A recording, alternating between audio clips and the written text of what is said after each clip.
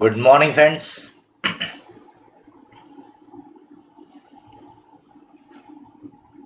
Good morning, sir. Good morning. Good morning, sir. Good morning.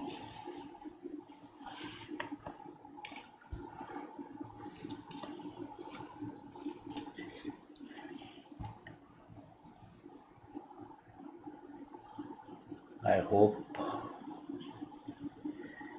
most of the people have joined. We can start so that beginning से ही time पे class शुरू करने की अपनी एक habit बन जाएगी. ठीक है friends, I welcome you all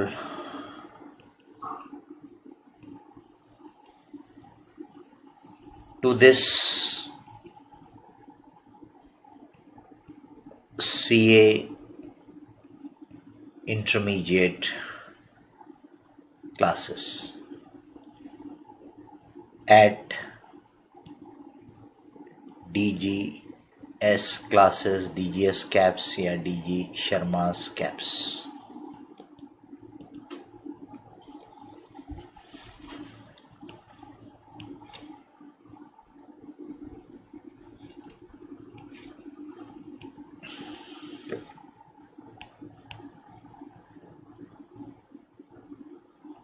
Who am I? मैं कौन? मैंने आपको वेलकम किया. Who am I? तो आप में से जितने पहले से हमारे साथ जुड़े हुए हैं, कुछ लोग CA फाउंडेशन से जुड़े होंगे, कुछ लोग इवन 11-12 से जुड़े होंगे, so they may be already knowing me, but कुछ नए स्टूडेंट भी हो सकते हैं हु डोंट नो मी. तो इसलिए मैं अपना छोटा सा ब्रीफ इंट्रोडक्शन दे देता हूँ. I am DG Sharma, Devendra Sharma.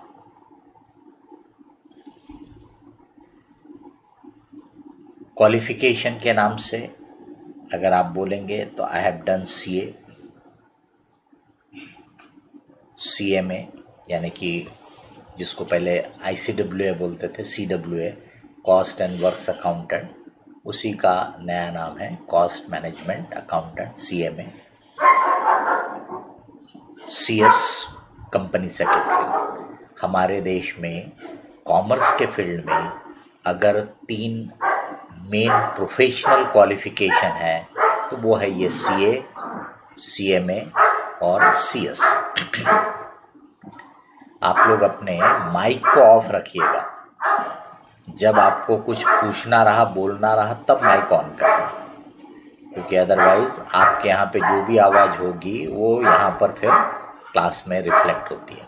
ठीक है, तो CA, CMA, CS ये तीनों प्रोफेशनल क्वालिफिकेशन है, तीनों के इंस्टीट्यूट है, और ये institute are created under the act of parliament. इसका मतलब ये सेंट्रल गवर्नमेंट द्वारा क्रिएट किए गए इंस्टीट्यूट है. ऑल इंडिया बेसिस पे एक सरी की इनकी स्टेटस होता है, वैल्यू होती है, कोर्स होता है, एग्जाम्स होती है. I did my CA in 1986 में मैंने as a chartered accountant qualify किया. CMA in 1987, CS sometimes in 1992. I am involved in teaching since 1988 से मैं पढ़ा रहा हूँ, और बेसिकली मैं सिर्फ CA के स्टूडेंट को पढ़ाता हूँ. इन बिटवीन CS के और CMA के भी बच्चे रहते थे क्लास में, बट बाद में लेटर ऑन क्योंकि कोर्सेज में डिफरेंसेस होते हैं, लेवल में डिफरेंस होता है, फिर बच्चा उतना कंफर्टेबल फील नहीं करता. उसको लगता है ये CA वाले स्टूडेंट के साथ मेरे को बिठाल दिया, CA का कोर्स ज़्यादा टफ रहता है, हमारा CS का तो उतना नहीं है, CMA का तो उतना नहीं है. तो वो एक बच्चे के मन में अननेसेसरीली ये रहता है. तो इसलिए फिर हमने एक्सक्लूसिवली, मैं जो पढ़ाता था मैं सिर्फ CA के स्टूडेंट को ही पढ़ाता हूँ. 11th-12th में भी मैं नहीं पढ़ाता हूँ। 11th-12th की CA फाउंडेशन की जो बैच रहती है उसमें मैं पढ़ाता हूँ। So I am involve in teaching since 1988, मतलब ऑलमोस्ट आप बोल सकते हो 32-33 ईयर्स हो गए हैं मुझे पढ़ाते हुए। I am teaching eight you can say foundation level. CA का जो फाउंडेशन लेवल रहता है उस फाउंडेशन लेवल में मैं अकाउंट्स, जिसको अलग अलग समय पे अलग अलग नाम देते रहते हैं अपन, जैसे अभी जो प्रेजेंट नाम है वो principles and practices of accounting, basically fundamentals of accounting बोल सकते हो आप, वो at foundation level. At intermediate level, यानी आपके लेवल में, I teach accounts, advance account,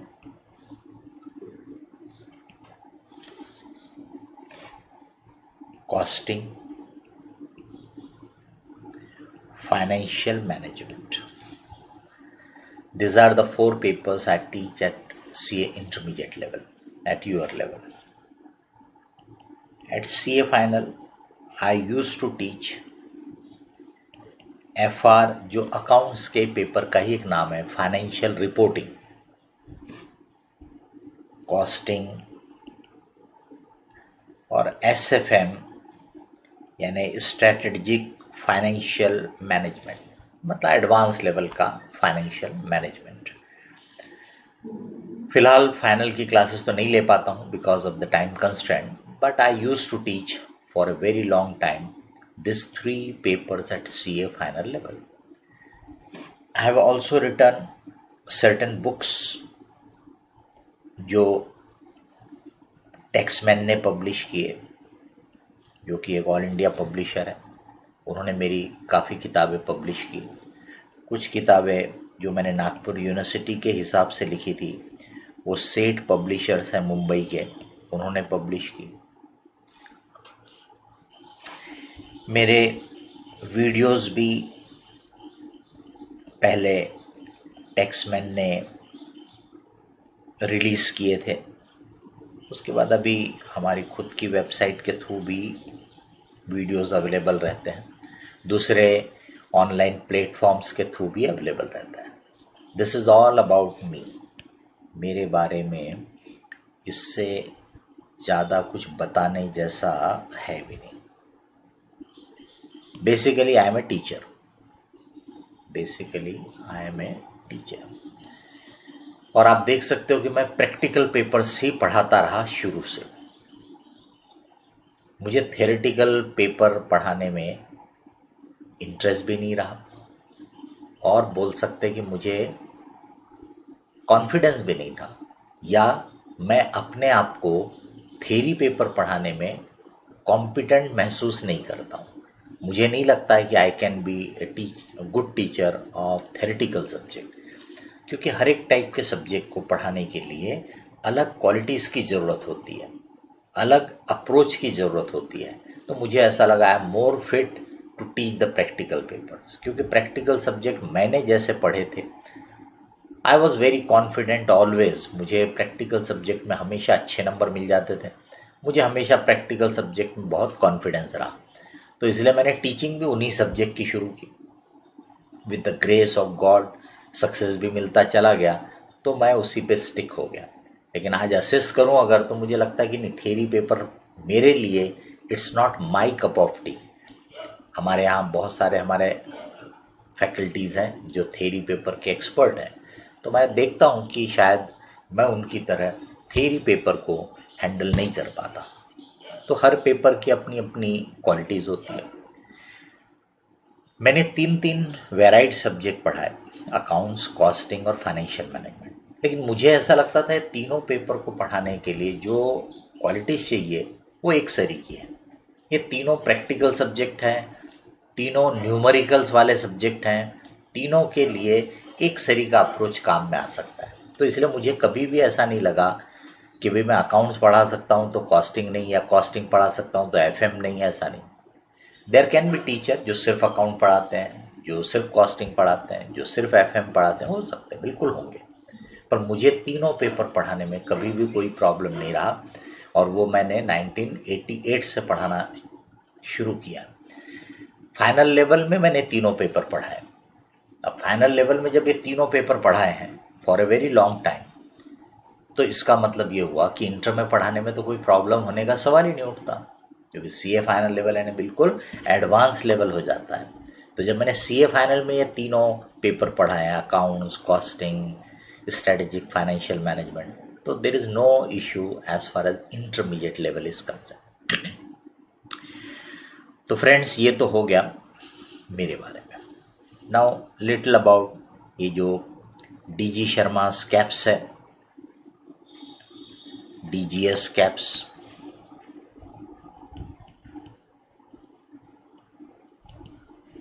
ये डीजीएस कैप्स जो है, ये कॉमन यूज का हमारा नाम है, ब्रांड नेम है, बोल सकते हैं आप, टाइटल है। बट लीगल एंटिटी जो है वो है कैप्स लर्निंग प्राइवेट लिमिटेड। तो DGS caps the unit of caps learning private limited. ये रिसेंटली हमने न्यू ऑर्गेनाइजेशन क्रिएट किया बिकॉज ऑफ सर्टेन रीजन। वैसे कैप्स नाम से तो हम लोग 1990 से पढ़ा रहे हैं, 1990 से कैप्स नाम शुरू किया था। 1988 से वैसे मैंने टीचिंग शुरू की, बट कैप्स नाम से फॉर्मल एक ऑर्गेनाइजेशन बना करके 1990 के बाद से हमने कैप्स ब्रांड के अंदर, कैप्स नाम के अंदर टीचिंग की।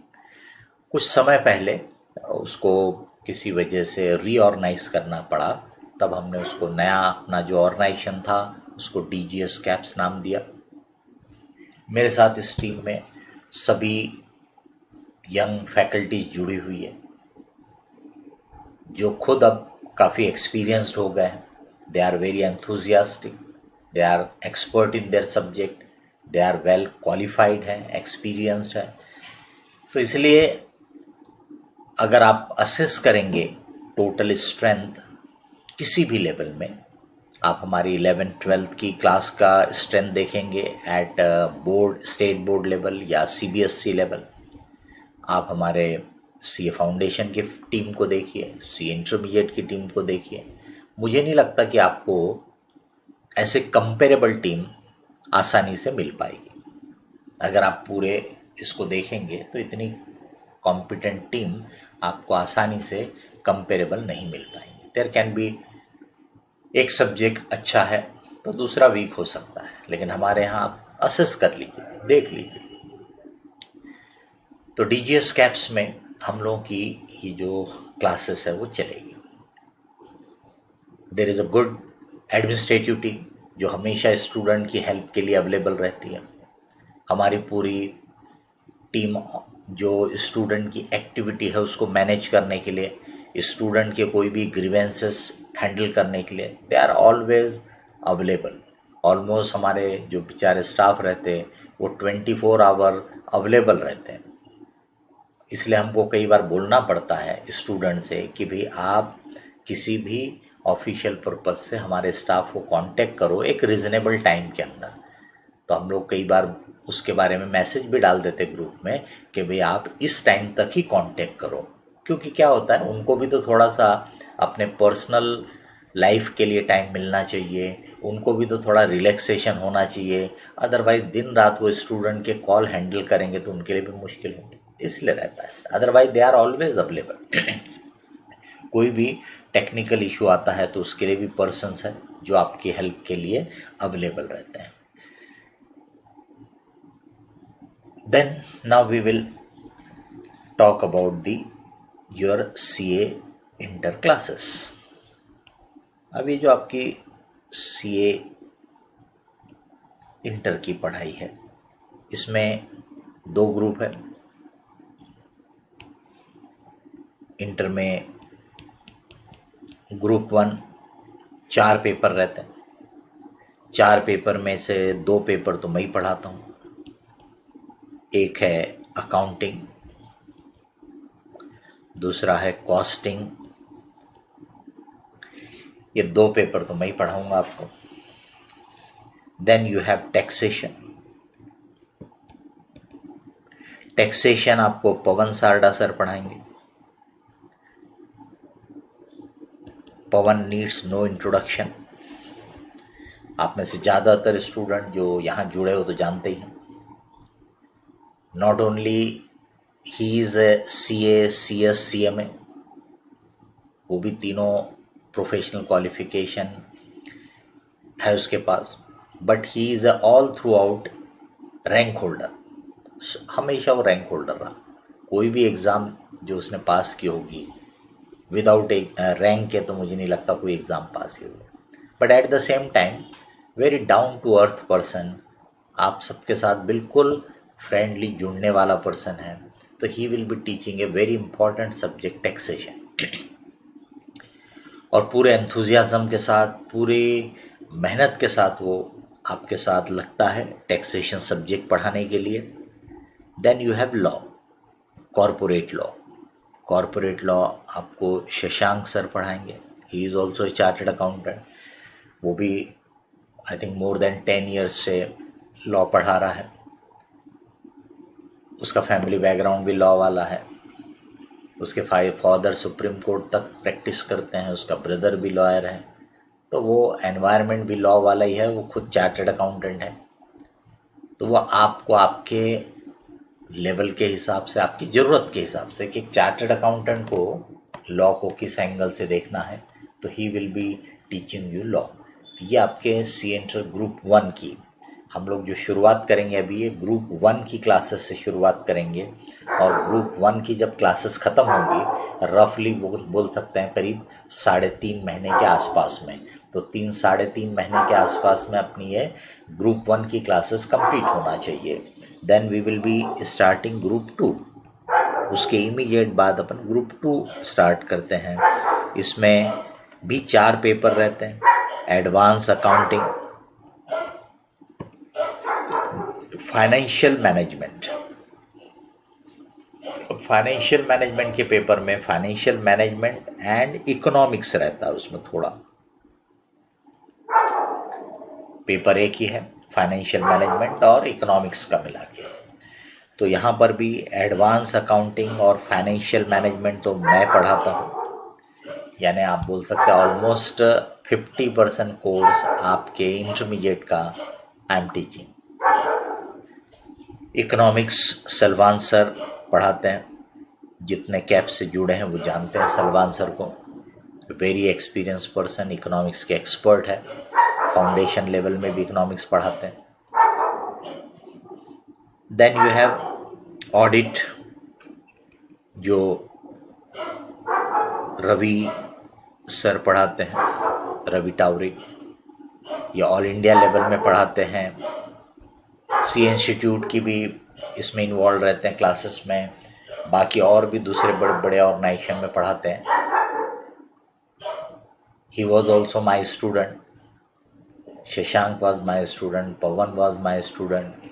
ये सभी लोग, रवि तो काफ़ी एक्सपीरियंस हो गया है खुद। एन ऑडिट का एक्सपर्ट है वो, ऑडिट गुरु बोल सकते हैं आप उसको। उसकी अपनी पढ़ाने की स्टाइल है। जैसे मैंने बोला था ना, थ्योरी पेपर पढ़ाने के लिए अलग क्वालिटीज चाहिए। तो रवि यह थ्योरी पेपर हैंडल करता है, वो उसकी अपनी स्टाइल है, अपना तरीका है पढ़ाने का। But he will be doing the good justice with the subject.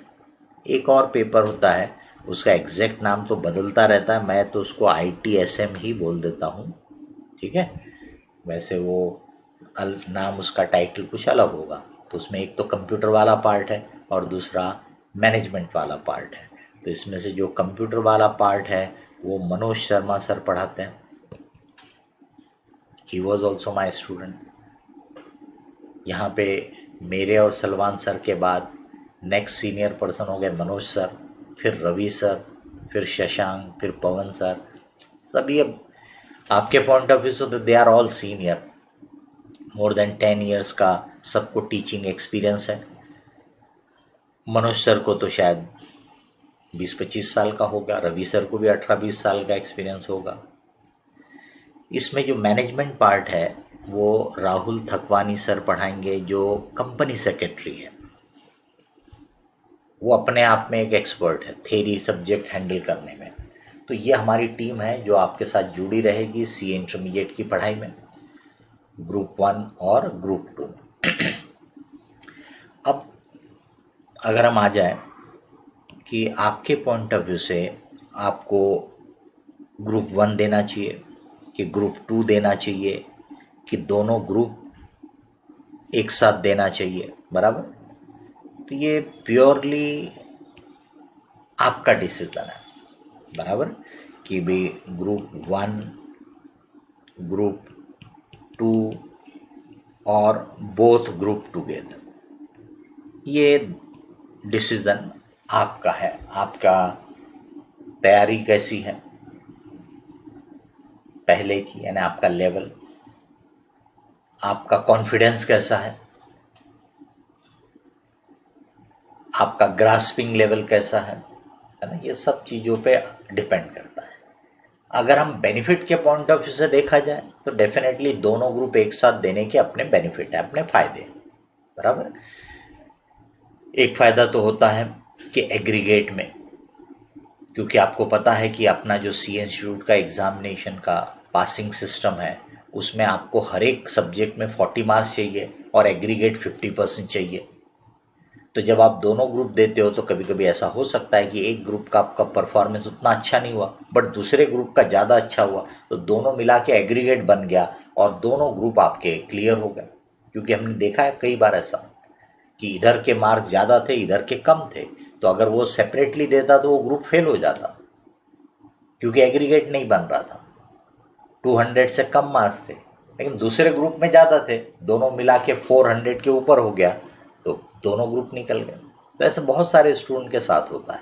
तो एक तो ये ग्रुप का सेट ऑफ का फ़ायदा होता है। दूसरा क्या होता है, जब आप जानते हो कि आपको 8 सब्जेक्ट की तैयारी करना है, मोटा मोटा आपके पास 9 मंथ्स का टाइम होगा एग्ज़ाम तक का। अगर अभी से हम काउंट करें तो आपके पास रफली 9 मंथ्स का टाइम हो सकता है एग्ज़ाम के लिए।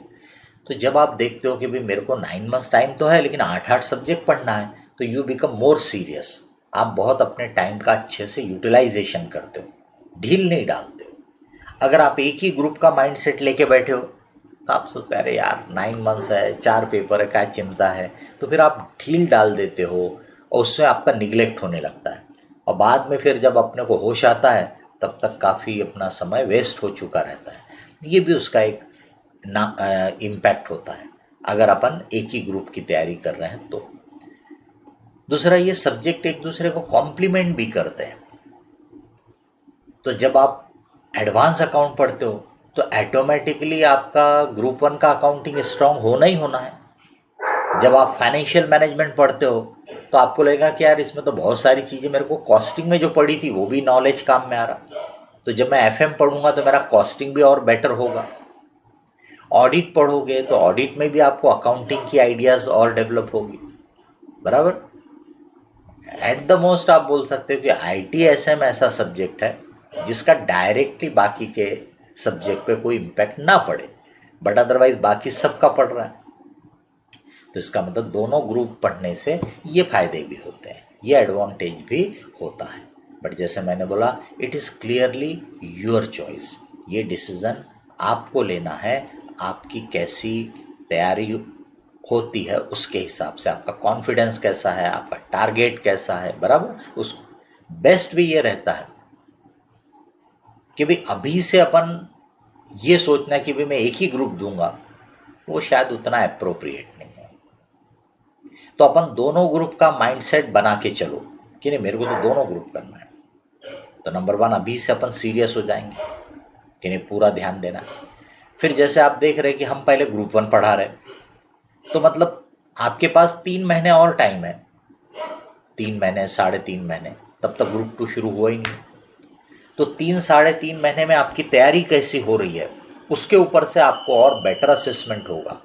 अभी आपको पता नहीं है इंटरमीडिएट के सब्जेक्ट के बारे में, उसके लेवल के बारे में, तो अभी से आप अगर माइंड बना लोगे कि मेरे को एक ही ग्रुप देना है, तो वो तो मेरे ख्याल से अप्रोप्रिएट नहीं है। तो अभी तो आपका माइंडसेट ये होना चाहिए कि मैं दोनों ग्रुप दूंगा एक साथ, जिसके मैंने आपको फायदे बताए। और फिर 3-3.5 महीने में जब आपका ग्रुप 1 का कोर्स खत्म होते आता है, उस समय आप रीथिंकिंग कर सकते हो कि भाई आपने ग्रुप 1 की तैयारी कैसे की, अब आपको क्या कॉन्फिडेंस लेवल लग रहा है, क्या आपको लगता है कि आगे के पूरे 6 महीने सिर्फ ग्रुप 1 के लिए देना चाहिए, तो आप सिर्फ ग्रुप 1 की फिर कंटिन्यू करो, मत ज्वाइन करो ग्रुप 2 की क्लासेस फिर। लेकिन अगर आपको लगा कि नहीं भाई पढ़ाई तो अच्छी चल रही, मैं दोनों ग्रुप कर सकता हूं, तो आप ग्रुप 2 भी फिर कंटिन्यू कर लो। तो इसका मतलब अभी तो आपने दोनों ग्रुप का माइंडसेट बना के ही आगे बढ़ना चाहिए, बराबर है। आगे जाकर के फिर देख सकते हैं अपन कि अपने को ग्रुप 1 ही कंटिन्यू करना है कि ग्रुप 2 भी शुरू कर देना है, बराबर। उतने दिन में आपको आइडिया आ जाएगी आपके पढ़ाई से रिलेटेड, आपकी तैयारी से रिलेटेड, ठीक है। तो ये मेरा आपके लिए सजेशन है, बाकी डिसीजन तो आप ही को लेने का है। अब अगर हम बातें करें कि भाई ये जो क्लासेस है, ये जो टीचिंग है, इसका मोड के बारे में ना, टीचिंग का मोड ऑफ टीचिंग या क्लासेस का मोड, मेथडोलॉजी, तो भी एक था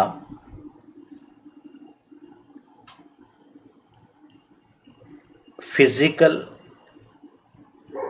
लाइव क्लासेस, दूसरी है ऑनलाइन लाइव क्लासेस,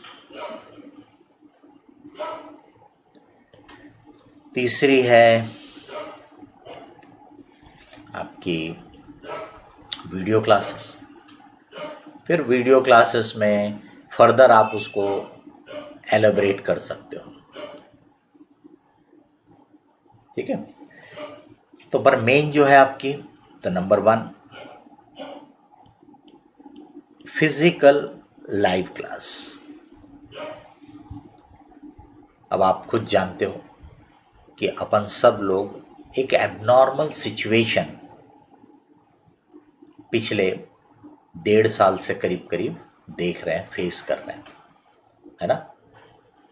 अनसर्टेनिटी, जिसको अपन फाइनेंशियल मैनेजमेंट में बाद में पढ़ेंगे, अनसर्टेनिटी की बिजनेस की जो दुनिया है वो अनसर्टन है, फ्यूचर इज अनसर्टन, उसी को बोलते हैं रिस्क लेना। ये सब अपन फाइनेंशियल मैनेजमेंट में बाद में पढ़ेंगे। तो अनसर्टेनिटी का सबसे मतलब जो एक्चुअल एक्सपीरियंस आप लोगों को हो रहा होगा वो पिछले 1.5 साल में हो रहा है। नोबडी नोस कि व्हाट विल हैपन नेक्स्ट, आगे के बारे में कुछ समझ में ही नहीं आ रहा है ना। कब लॉकडाउन हटेगा, कब फिर से लगेगा, कब ये कोविड की पहली लहर खत्म हुई, कब दूसरी शुरू हुई, और अभी फिर से चल रहा है कि तीसरी लहर, है ना। कब वो कोविड का कोई नया वेरिएंट आ जाता है। ये सब जो अनसर्टेनिटी अपन देख रहे हैं वो शायद अपन ने किसी ने भी इतना अनसर्टेनिटी पहले अपनी लाइफ में नहीं देखा था। तो आप लोगों का तो एजुकेशन का, यानी सीए के एजुकेशन का जो मेन समय, क्योंकि आप में से ज़्यादातर ने सीए फाउंडेशन इसी पीरियड में किया होगा, तो इसका मतलब आप लोगों का तो मेन समय पूरा इस एबनॉर्मल सिचुएशन को फेस करने में ही जा रहा है। तो हमको इससे और स्ट्रांग बन के निकलना चाहिए। जब आप डिफ़िकल्ट सिचुएशन को फेस करते हो और अगर आप हिम्मत के साथ, चैलेंज के साथ उसको फेस करते हो, तो यू बिकम मोर स्ट्रांग। अगर आपको सब बिल्कुल मन मुताबिक जब चीज़ें मिलती है ना, एवरीथिंग रेडीमेड मिल रहा है, तो अपन थोड़े से रिलैक्स हो जाते हैं, अपनी कैपेबिलिटीज़, अपनी क्वालिटीज़ उतने अच्छे से फिर यूज़ नहीं होती है। लेकिन ये जो सिचुएशन है, इसमें भले ही हमारे लिए डिफ़िकल्ट सिचुएशन है, लेकिन वो डिफ़िकल्टी को हमने चैलेंज की तरह लेना चाहिए, क्योंकि ये हमारे किसी के बस में नहीं है। हम कोई भी इसको बदल तो नहीं सकते, फेस तो करना ही है, अवॉइड तो कर नहीं सकते। तो जब फेस करना है तो हिम्मत के साथ फेस करें, तो ज़्यादा अच्छा रिजल्ट मिलता है, बेटर रिजल्ट मिलता है। सभी ने बहुत सारी टाइप की तकलीफ़ें फेस की होंगी पिछले 1.5 साल में। मेरे ख्याल से 2020 के बिगिनिंग से ही ये कोरोना की चीज़ें शुरू हो गई थी, पर उस समय हमको लग रहा था कि ये तो चाइना में प्रॉब्लम है, ये तो चाइना में वायरस हुआ है, चाइना में तकलीफ़ है। हमारी गवर्नमेंट ने वहाँ से इंडियन लोगों को शिफ्ट करना शुरू किया, तब थोड़ा सा आइडिया हुआ, थोड़ी जानकारी मिलने लगी। पर तब भी हम लोग यही सोच रहे थे कि भाई ये तो वहाँ है, हमको यहाँ पे कोई चिंता की बात नहीं है। लेकिन अचानक थोड़े बहुत केसेस इंडिया में पता चले। जो फॉरेनर आए थे बाहर से घूमने फिरने के लिए, वो पता चला कि भाई वो पॉजिटिव निकले, तो फिर उनके कांटेक्ट में जो आ गए थे उनको वो फैला, और धीरे धीरे ये अचानक इतना पिकअप कर लिया इंडिया में भी कि मार्च 15 या 16 से 2020 नागपुर में भी लॉकडाउन लगा, महाराष्ट्र में लगा। उसके पहले सेंट्रल गवर्नमेंट ने ऑल इंडिया बेसिस पे ऑलरेडी शुरू कर ही दिया था। उसकी प्रिकॉशन लेना, केयर लेना, लोगों को एजुकेट करना, और महाराष्ट्र में मुझे लगता है 15 या 16 मार्च से लॉकडाउन डिक्लेयर कर दिया गया था 2020 में, और तब से आज तक चल ही रहा है। बीच में लॉकडाउन हटाया था क्लासेस के लिए, मैं क्लासेस के पॉइंट ऑफ व्यू से बोल रहा हूँ कि क्लासेस के पॉइंट ऑफ व्यू से लॉकडाउन हटा था बीच में, बट हार्डली 2 हफ्ते था, उसके बाद फिर से लॉकडाउन लग गया था। हम लोगों ने उस समय फिजिकल लाइव क्लास शुरू भी कर दी थी, अब फिर से हमको बंद करना पड़ा था। अभी कुछ दिन पहले भी फिजिकल लाइव क्लास का नागपुर में जो भी अथॉरिटीज़ है उन्होंने डिक्लेयर किया था कि classes can start, tuition classes can start. 3 दिन के बाद फिर से मना कर दिया। तो इसका मतलब ये सब अनसर्टेनिटी जो है उसमें फिजिकल लाइव क्लासेस जब तक एक प्रॉपर एनवायरनमेंट नहीं बनता तब तक लेना वैसे भी बड़ा मुश्किल है। एक तो पहले तो लीगली परमिशेबल होना चाहिए, जो अभी तो नहीं है। आगे कब अथॉरिटीज़ परमिशन देंगी वो डिपेंड करता है ना। अभी तो वो थर्ड वेव का चक्कर चालू है। केरला के क्या हालचाल है आपको पता है। बाकी के देश में तो शांत है काफ़ी, लेकिन केरल में आपको पता है कि बहुत ज़्यादा स्थिति खराब है। साउथ साइड में भी कई जगह केसेस काफ़ी हैं। तो ऐसे समय में अभी पता नहीं आगे क्या होगा, नोबडी नोज इट, है ना। तो नंबर 1 तो हमको गवर्नमेंट अथॉरिटी ने परमिशन देना चाहिए। नंबर 2 उसमें क्या क्या कंडीशन लगा देते हैं वो भी डिपेंड करती है। नंबर 3 वो कितना श्योर है कि ये जो उन्होंने परमिशन दी है कंटिन्यू करेंगे, क्योंकि इट्स नॉट दैट कि भाई हमने फिजिकल लाइफ शुरू किया और हफ्ते भर में फिर बंद कर दिया। ये इतना आसान नहीं होता है। इसमें न सिर्फ हमारे लिए बहुत प्रॉब्लम होता है, क्योंकि हमको पूरा पूरा इंफ्रास्ट्रक्चर वगैरह सेट करना पड़ता है, और उसके बाद फिर अचानक लॉकडाउन लग गया तो सब वेस्ट होता है। बहुत सारा हमारे पर कॉस्ट का बर्डन आता है, रेंट का बर्डन आता है। लेकिन हमारे साथ साथ बहुत सारे स्टूडेंट सफ़र करते हैं, क्योंकि कई स्टूडेंट जो हमारे साथ जुड़ते हैं वो दूसरे शहर के रहते हैं। अब वो भी पूरे बेचारे ये सोच करके कि जब फिज़िकल क्लास शुरू हुई है तो क्यों ना हम नागपुर में आके ही उसका फ़ायदा लें, तो वो आ जाते हैं। यहाँ पे रहने का अरेंजमेंट करते हैं, हॉस्टल वगैरह या फ्लैट वगैरह। अचानक लॉकडाउन लग गया, क्लास फिर बंद। अब वो दूसरे शहर के बच्चे हैं, उनको यहाँ पे रुकना भी मुश्किल जाता है जब क्लास नहीं हो रही है तो, और क्लास कब होगी वो भी नहीं पता वापस। तो ऐसे में अगर वो बच्चा यहाँ से वापस जाता है तो भी उसका कई बार रेंट का नुकसान होता है, 2-2, 3-3 महीने का उसका रेंट डूब जाता है। तो ये सब प्रॉब्लम भी होते हैं। इसलिए अभी हमने डिसाइड किया कि हम फिजिकल लाइफ शुरू करेंगे जब हमको लगेगा कि पूरी तरह से नॉर्मल एटमॉस्फेयर बन गया है। अब फिजिकल लाइफ में अभी फ़िलहाल जो सिचुएशन है, कई बच्चे डरते भी आने में, पेरेंट्स भी डरते हैं। आपके पेरेंट्स भी डरेंगे कि भाई नहीं मत जाओ अभी फिजिकल लाइफ में। क्यों? क्योंकि भाई क्लासेस जो है एक ग्रुप वाली एक्टिविटी है, इतने सारे स्टूडेंट वहाँ होते हैं। अभी उनमें से कोई एक स्टूडेंट भी अगर इन्फेक्टेड होगा, क्योंकि उसको खुद को भी नहीं पता चलता, इन्फेक्शन जल्दी पता चलता है ऐसा नहीं, कुछ समय लेता है।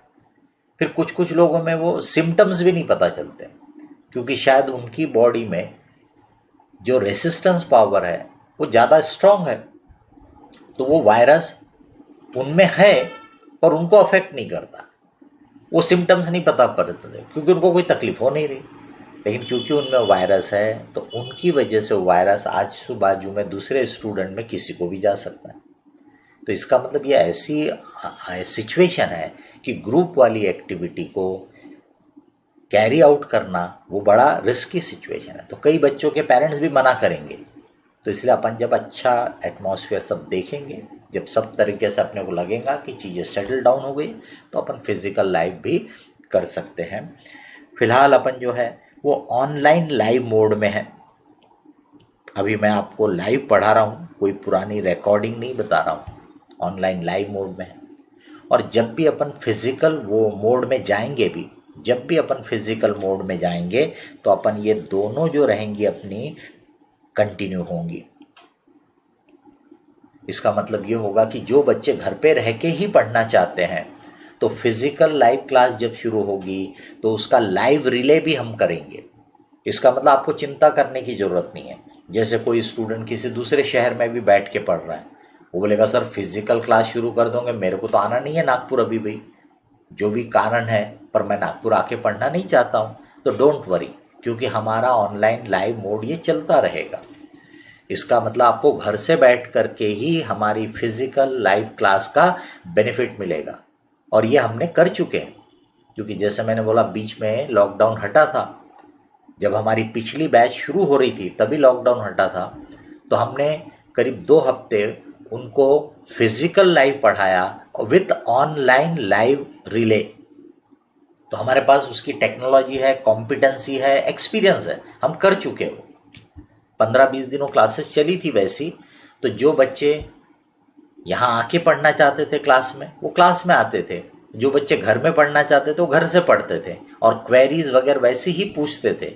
जो बच्चे घर से पढ़ रहा वो भी क्वेरी पूछता था, क्लास में माइक में सुनाई आता था क्या पूछ रहा है, और उसका हम जवाब देते थे। तो जो क्लास में बैठे उनको भी बेनिफिट मिलता था, जो ऑनलाइन लाइव है उनको भी।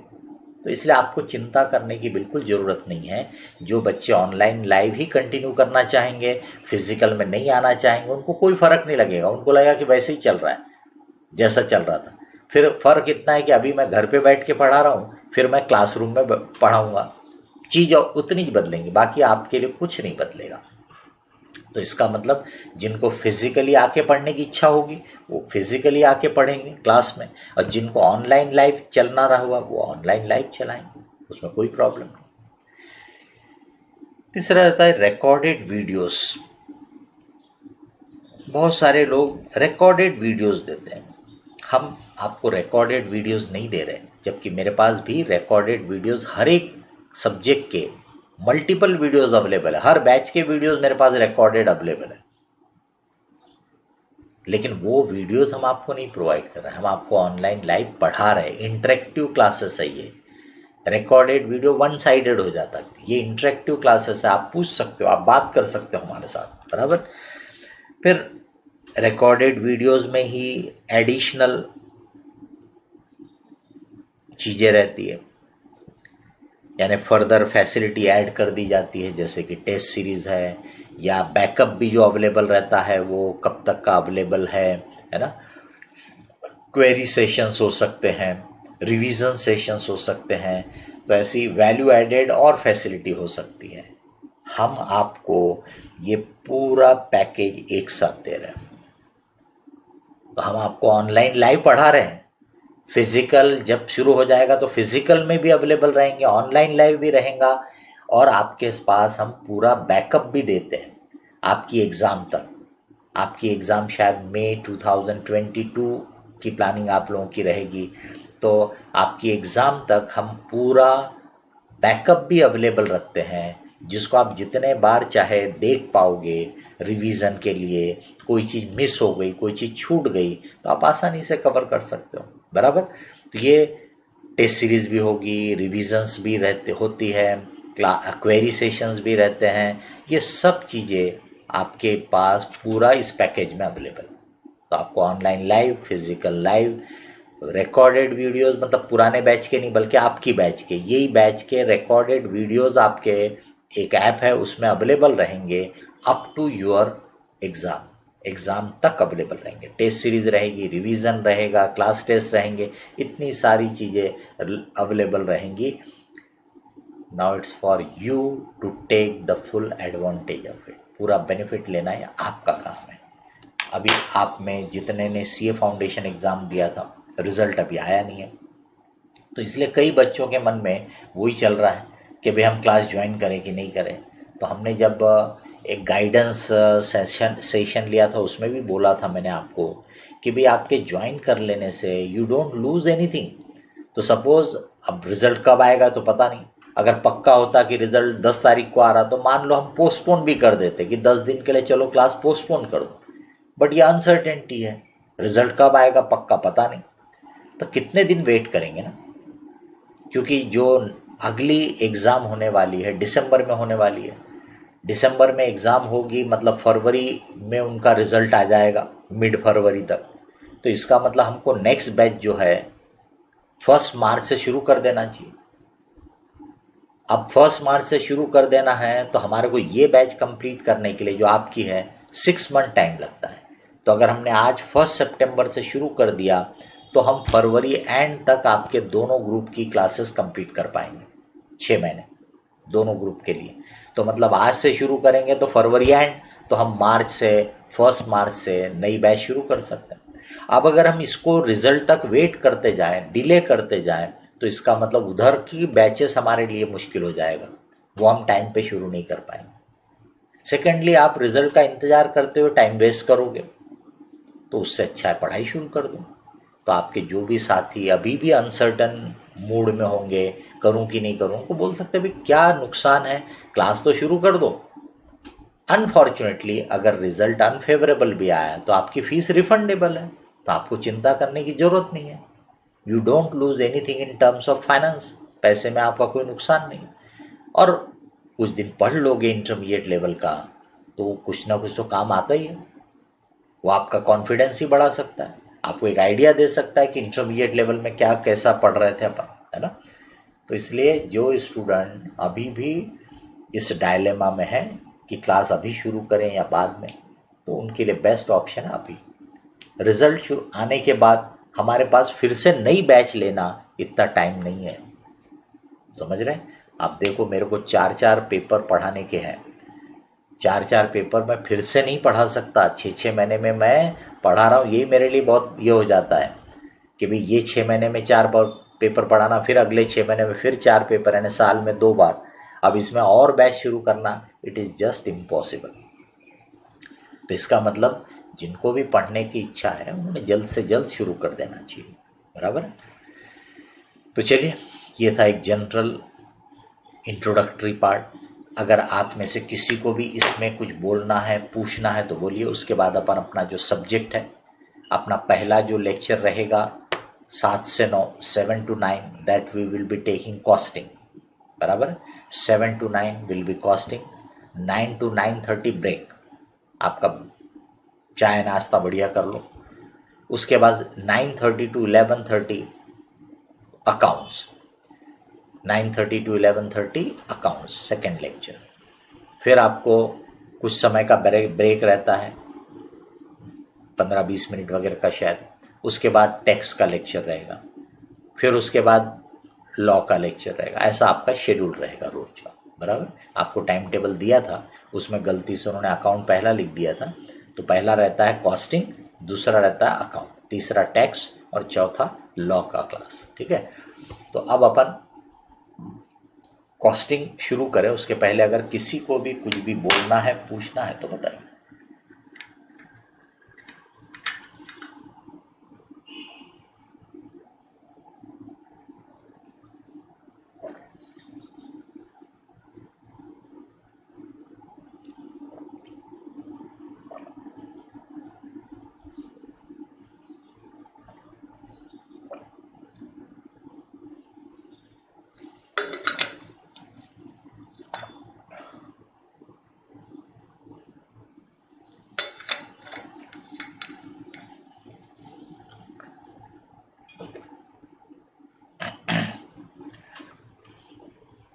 अपना जो सब्जेक्ट है वो वो है कॉस्ट एंड मैनेजमेंट अकाउंटिंग, ये पेपर का नाम है, कॉस्ट एंड मैनेजमेंट अकाउंटिंग।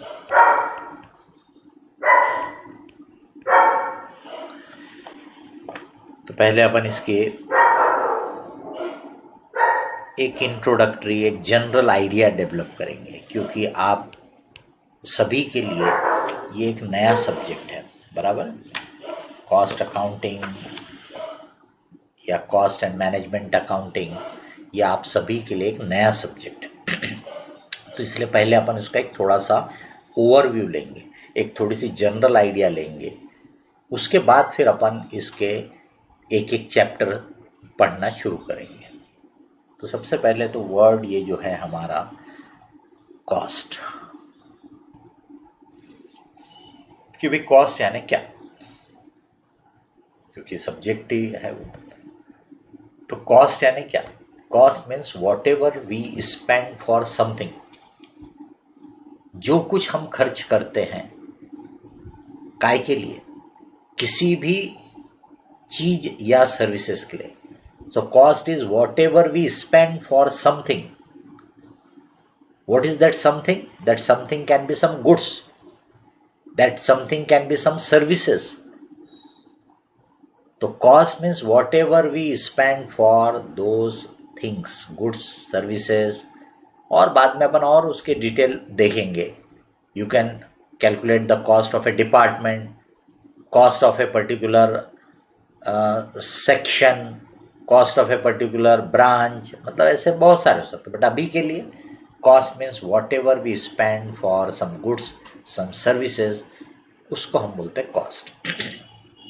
वो जो गुड्स सर्विसेज है जिसकी आप कॉस्ट कैलकुलेट कर रहे हैं, उसको बोलते हैं कॉस्ट ऑब्जेक्ट। उसको बोलते हैं कॉस्ट ऑब्जेक्ट, कि भाई काय की कॉस्ट निकाल रहे हैं, कॉस्ट ऑफ व्हाट। तो जैसे आप अभी क्लासेस कर रहे हो, इसके लिए भी तो आपको पैसा खर्च करना पड़ रहा है, you have to spend for it. तो that is the cost of this tuition classes. तो आपको कॉस्ट काहे की चाहिए? आपको कॉस्ट सिर्फ डीजीएस क्लासेस के लिए जो खर्च कर रहे हैं वो चाहिए, या आपको पूरी सीए की पढ़ाई की कॉस्ट चाहिए? अगर आपको सिर्फ डीजीएस क्लास की कॉस्ट चाहिए तो आप बोलोगे कि भाई मैंने इतनी fees DG Sharma and classes में पे की है, दैट इज द कॉस्ट, बराबर। लेकिन अगर आप उसको पूरे सीए इंटरमीडिएट की क्लास की कॉस्ट देखना चाहते होंगे तो आप बोलोगे कि भाई मेरे को फीस इतनी देना पड़ा, जब फिजिकल लाइव क्लास होगी तो मेरा आने जाने का खर्चा इतना हो रहा है, फिर मेरे को नोटबुक वगैरह लेना पड़ा इसके लिए, मतलब वो सबको मिला के वो भी कॉस्ट है। तो इसका मतलब जब हम कॉस्ट की बात पढ़ेंगे डिटेल में तो एट डिफरेंट लेवल उसकी एनालिसिस होती है। तो कॉस्ट के अलग अलग मीनिंग हो सकते हैं, अलग अलग ब्रेकअप हो सकते हैं उसके। जैसे मैंने छोटा सा एग्जांपल दिया कि आपकी सीए की जो क्लासेस चल रही है तो आपको सिर्फ क्लासेस वाली कॉस्ट चाहिए, या आपको पूरी सीए इंटरमीडिएट की कॉस्ट चाहिए, या आपको पूरे सीए की पढ़ाई की कॉस्ट चाहिए, ये ज़रूरत के हिसाब से अपन देखते हैं। तो कॉस्ट यानी किसी भी कॉस्ट ऑब्जेक्ट के लिए, कॉस्ट ऑब्जेक्ट यानी जिसकी कॉस्ट आप निकालना चाहते हो उसको अपन बोलेंगे कॉस्ट ऑब्जेक्ट। तो वो कोई गुड्स हो सकता है, कोई सर्विसेज हो सकता है, कोई डिपार्टमेंट हो सकता है जिसकी आप कॉस्ट निकालना चाहते हो, तो उस कॉस्ट ऑब्जेक्ट की कॉस्ट निकालना है। अब सवाल उठता है कि भाई किस टर्म्स में, यानी कॉस्ट पर यूनिट में निकालना है, कॉस्ट पर केजी में निकालना है, कॉस्ट पर लीटर में निकालना है, उसको बोलते हैं कॉस्ट यूनिट। उसको बोलते हैं कॉस्ट यूनिट। अब कॉस्ट यूनिट काय पे डिपेंड करती है? तो प्रोडक्ट के नेचर पे डिपेंड करती है। वो प्रोडक्ट को आप किस फॉर्म में कमर्शियल दुनिया में डील करते हो, वो प्रोडक्ट में जो खरीदने और बेचने वाले हैं वो किस टर्म्स में उसको मेजर करते हैं, वो किस टर्म में उसका प्राइस फिक्स करते हैं, उसको अपन बोलेंगे कॉस्ट यूनिट। तो आप खुद जानते हो, आपने मार्केट में देखा होगा, तो कोई लिक्विड चीज होगी तो वो लीटर्स में बात होती होगी, कोई कपड़े जैसी चीज होगी तो मीटर्स में बात होती है, पर बहुत सारी चीजें वो नंबर ऑफ यूनिट्स में बात होती होंगी। कोई चीज होंगी जो वेट में मेजर की जाती है, जैसे आपके फ्रूट्स होंगे, वेजिटेबल्स होंगे, तो उनको आप केजीज में बात करते हो, बराबर। तो इसका मतलब कॉस्ट यूनिट बेसिकली डिपेंड करता है प्रोडक्ट के नेचर पे। तो जैसा प्रोडक्ट का नेचर होगा, जैसा उसको कमर्शियल दुनिया में लोग हैंडल करते होंगे, उस टर्म्स में अपन उसकी कॉस्ट निकालते हैं। फिर एक कॉस्ट यूनिट में भी, जैसे वेट वाली कॉस्ट यूनिट है वेट, तो वेट वाले में भी केजीज में बात करना चाहते हैं आप कि टन्स में बात करना चाहते हैं आप? तो भाई कॉस्ट किसी चीज की केजी में भी निकाली जा सकती है और उसी की कॉस्ट टन्स में भी निकाली जा सकती है। तो ये काय पे डिपेंड करेगा? ये डिपेंड करेगा कि आप किस लेवल में डील कर रहे हो।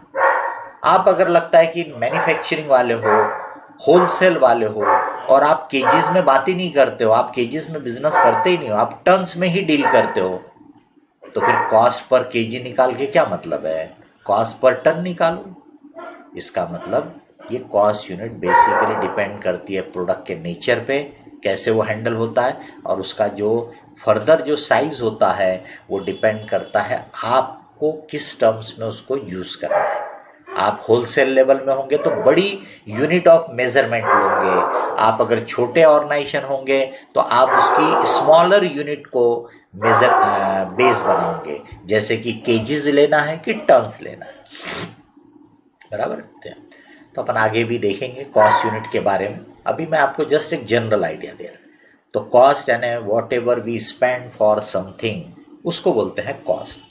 अब इसी में दूसरा टर्म होता है कॉस्टिंग। कई बार इस सब्जेक्ट को हम कॉस्टिंग बोल के ही काम चला लेते हैं। क्या बोलते हैं? कॉस्टिंग। तो कॉस्टिंग यानी क्या? कॉस्टिंग यानी कॉस्ट असरटेन करने की जो पूरी मेथड्स है, टेक्निक्स है, उसको बोलते हैं कॉस्टिंग। तो कॉस्ट कैलकुलेट करने की, कॉस्ट फाइंड आउट करने की, पता करने की जो पूरी प्रोसेस है, पूरी टेक्निक्स है, उसको अपन बोलते हैं कॉस्टिंग।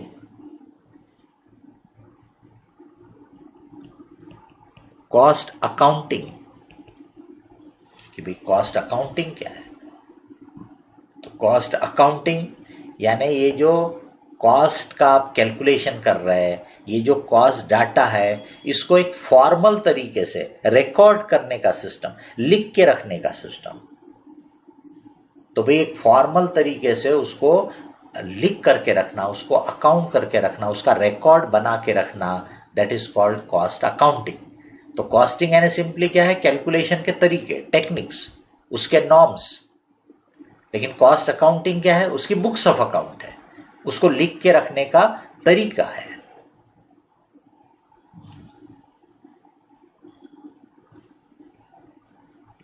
कॉस्ट अकाउंटेंसी, ये थोड़ा और ब्रॉड टर्म हो गया। कॉस्ट अकाउंटेंसी बोला तो कॉस्टिंग यानी कॉस्ट का कैलकुलेशन वगैरह करना, कॉस्ट अकाउंटिंग यानी उसको रिकॉर्ड करके रखना, लिख करके रखना, और उसको डिसीजन मेकिंग के लिए, कॉस्ट कंट्रोल के लिए, कॉस्ट रिडक्शन के लिए यूज करना, उस पूरी इंफॉर्मेशन को बिजनेस को अच्छे से चलाने के लिए यूज करना। इस पूरे को अपन बोलेंगे कॉस्ट अकाउंटेंसी।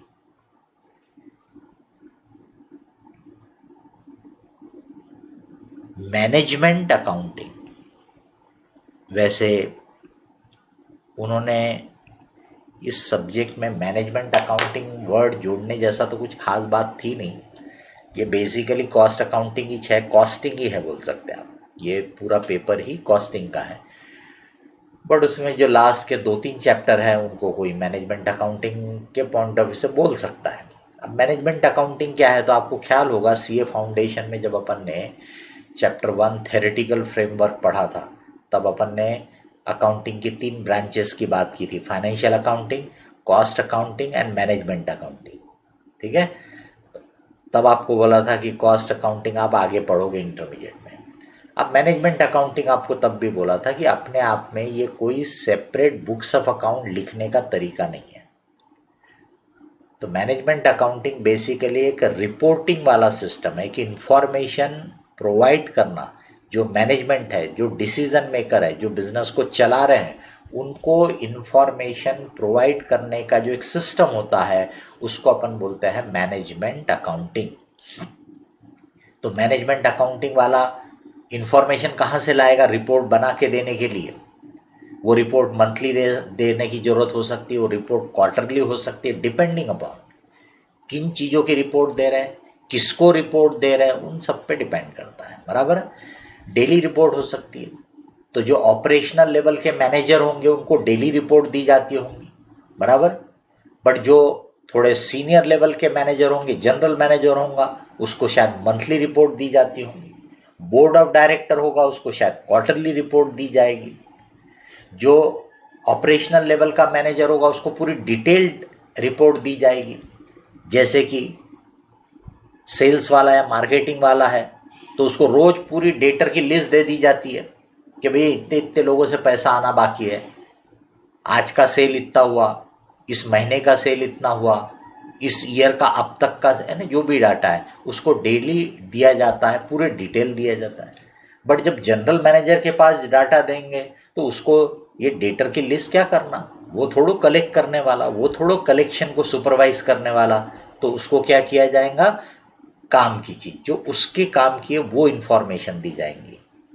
तो वहां पर हो सकता है कि डेटर्स का सिर्फ ब्रेकअप, कि डेटर जो हमारे हैं इतने 30 दिन पुराने हैं, इतने 60 दिन पुराने, इस टाइप का समराइज डाटा दिया जाएगा। जब बोर्ड ऑफ डायरेक्टर को दिया जाएगा तो बोर्ड ऑफ डायरेक्टर को ओवरऑल फाइनेंशियल चीज़ों की जानकारी दी जाएगी कि भाई हमारा 3 महीने में टर्नओवर कैसा हुआ, हमारी 3 महीने की प्रॉफिटेबिलिटी कैसी है, हमारा 3 महीने में और क्या इंपॉर्टेंट चीज़ है, ऐसा रहता है। तो that is all called management accounting.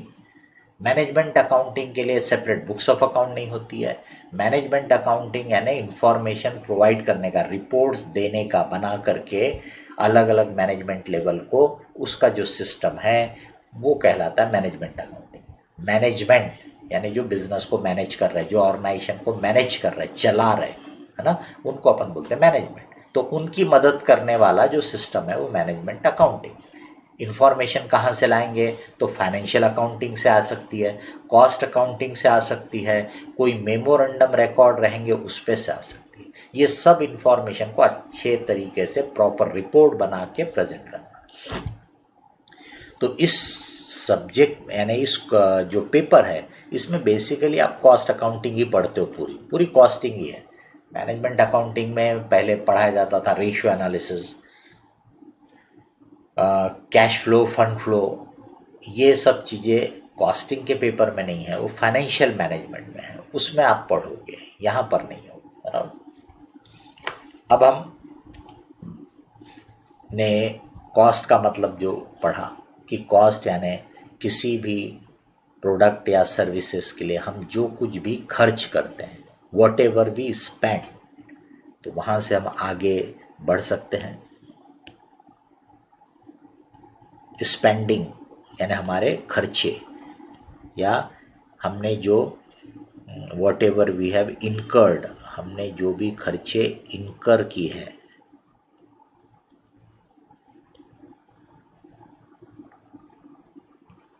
ये हमारी जो स्पेंडिंग है, खर्चा है, whatever we have incurred, इसको हम दो इसमें क्लासिफाई करेंगे।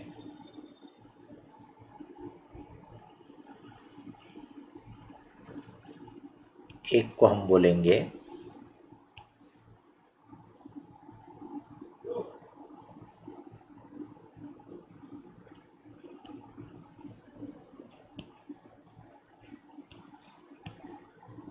लॉस,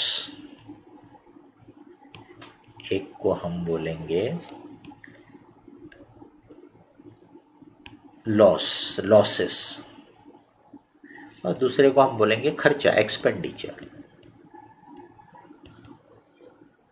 अब लॉसेस यानी क्या, कि जब हमारा कुछ वैल्यूएबल गया, पर हमको बदले में कुछ नहीं मिला, उसको हम बोलते हैं लॉस, उसको हम बोलते हैं लॉस, नुकसान हो गया।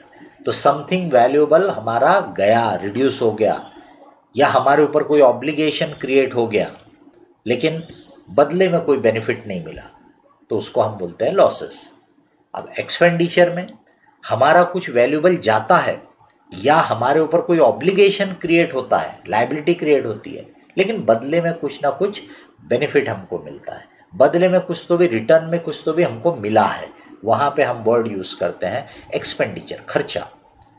अब लॉसेस को हम फिर से क्लासिफाई करते हैं, लॉसेस को हम फिर से क्लासिफाई करते हैं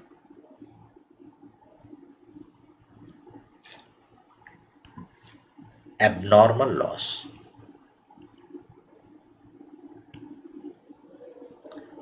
नॉर्मल लॉस,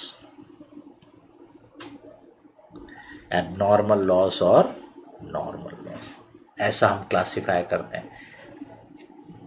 अपन ने इवन सीपीटी लेवल में यानी फाउंडेशन लेवल में भी ये लॉसेस का ब्रेकअप की बात की है। कंसाइनमेंट चैप्टर जब आपको पढ़ाया था तब आपको बताया था, मैंने आपको तब भी बोला था कि कॉस्टिंग वगैरह में इसका बहुत ज़्यादा यूज होता है, तो यहाँ पे हमारे लिए इम्पोर्टेंट रहता है। तो एबनॉर्मल लॉस यानी जो बाय चांस होता है, बाय एक्सीडेंट होता है, यानी जो होना नहीं चाहिए बट हो जाता है, उसको अपन बोलते हैं एबनॉर्मल लॉस।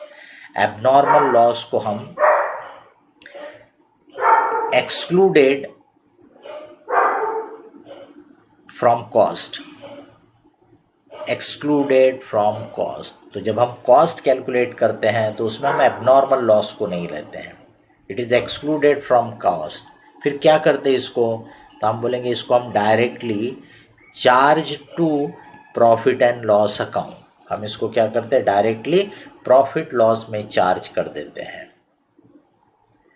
नॉर्मल लॉस जो है, नॉर्मल है यानी वो हमेशा होता है, उसको हम बोलेंगे it is inherent in this type of activity, यानी ये कारोबार करोगे, ये काम करोगे तो भाई इसमें तो ये होगा ही, उसको हम बोलते हैं नॉर्मल लॉस। अब एक्सपेंडिचर को हम फिर से डिवाइड करते हैं कि भाई ये जो खर्चा है इसको हम फिर से डिवाइड करते हैं।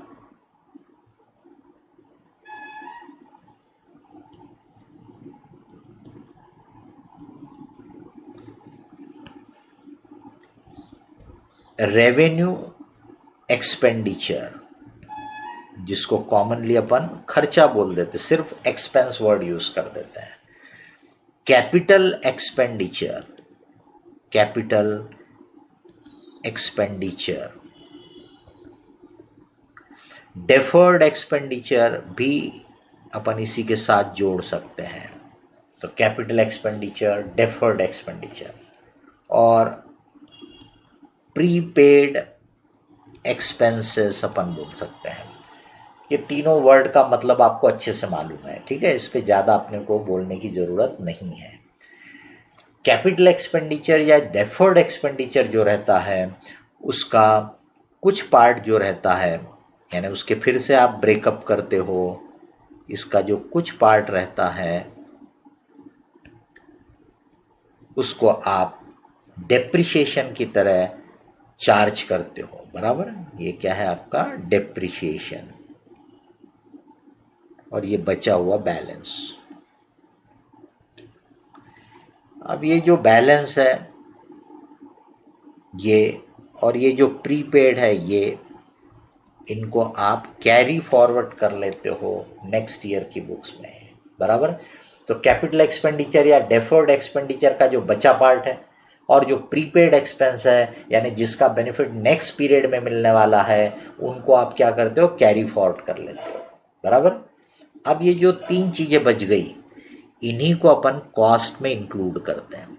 तो हमारी जो कॉस्ट होती है उसमें ये तीन चीज़ें हम बोलते हैं।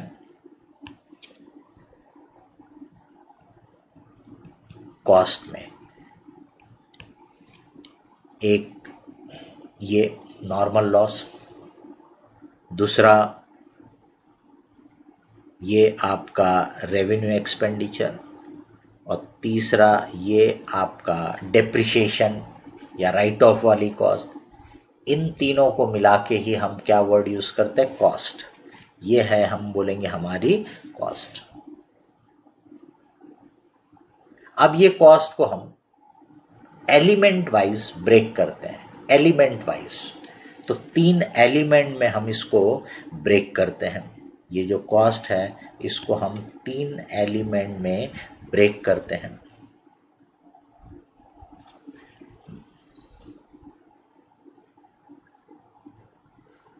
थोड़ा इधर तक ले लेता हूं।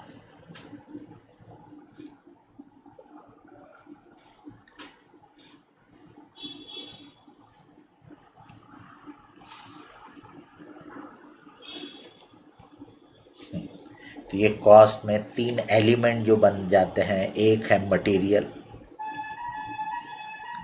यानी कुछ तो भी फिजिकल फॉर्म में। दूसरा है लेबर, यानी जो सर्विसेज वगैरह आप लेते हो जिनकी लेबर। और बाकी की जितनी भी फैसिलिटीज, जितनी भी अदर सर्विसेज वगैरह होती हैं उनको आप बोलते हो एक्सपेंसेस, उनको आप बोलते हो एक्सपेंसेस, बराबर। अब इसमें ये जो तीनों एलिमेंट है, मटेरियल, लेबर एंड एक्सपेंसेस, इनको फिर से आप क्लासिफाई करते हो इनटू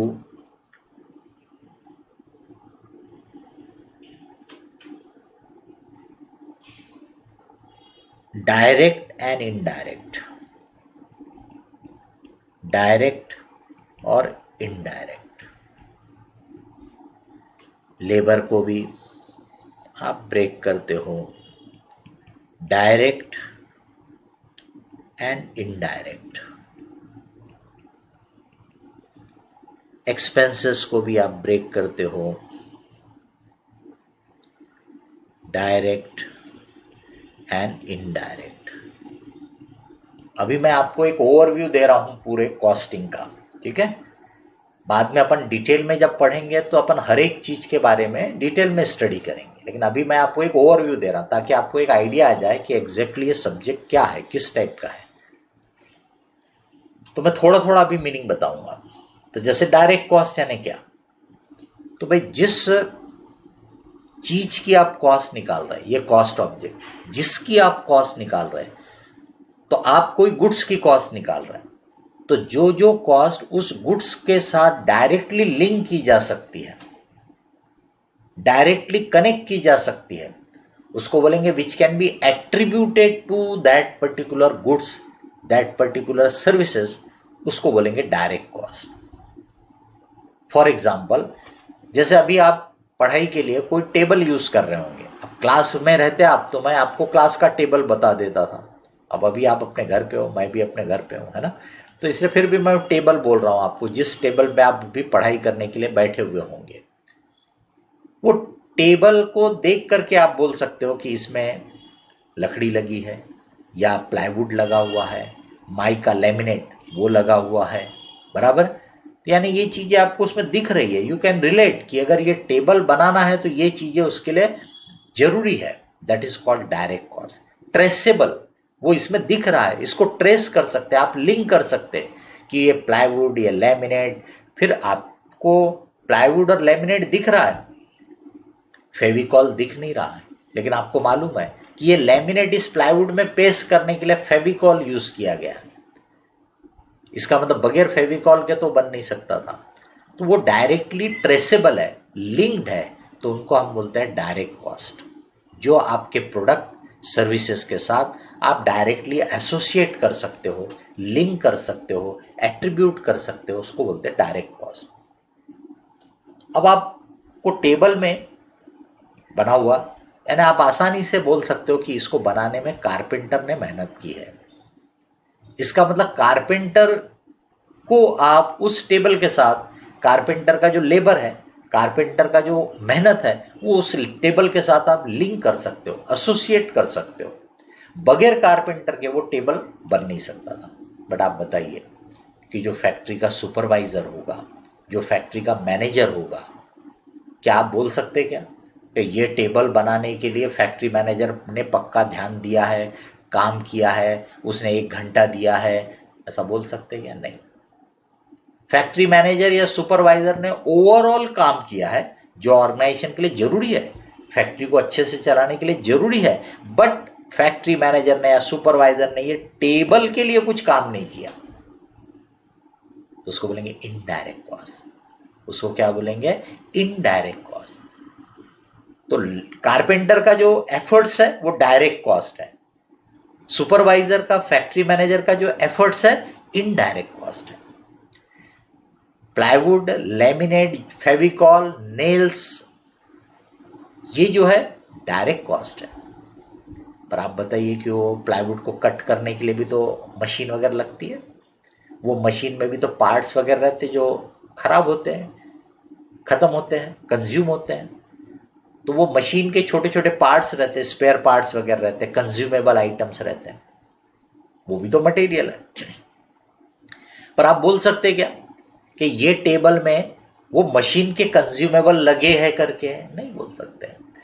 मशीन इसके लिए यूज हुई और वो स्पेयर पार्ट्स, वो कंज्यूमेबल्स, वो ल्यूब्रिकेंट वो मशीन में लगे, मशीन को चलाने में यूज हो रहे हैं।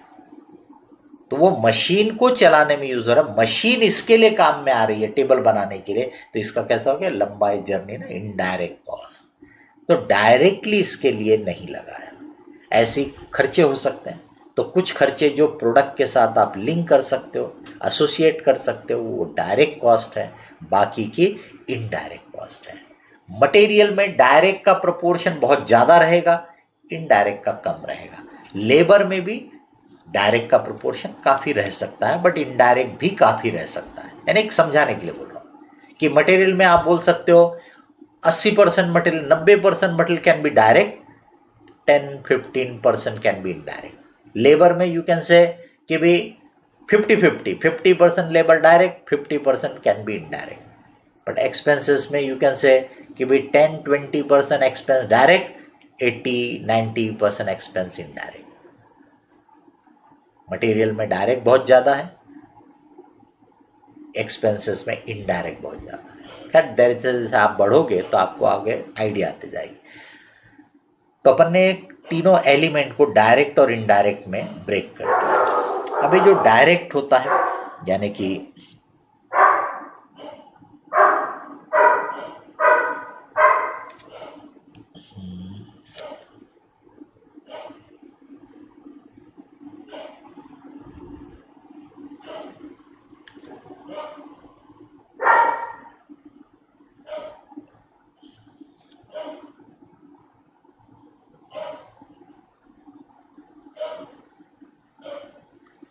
ये डायरेक्ट मटेरियल, ये डायरेक्ट लेबर, ये डायरेक्ट एक्सपेंस, ये तीनों डायरेक्ट को ऐड कर लिया तो इसको बोलते हैं प्राइम कॉस्ट। इसको बोलते हैं प्राइम कॉस्ट। ठीक है, तो direct material, direct labour, direct expense को जोड़ दिया तो that is called prime cost. अब ये जो इनडायरेक्ट है, इनडायरेक्ट मटेरियल,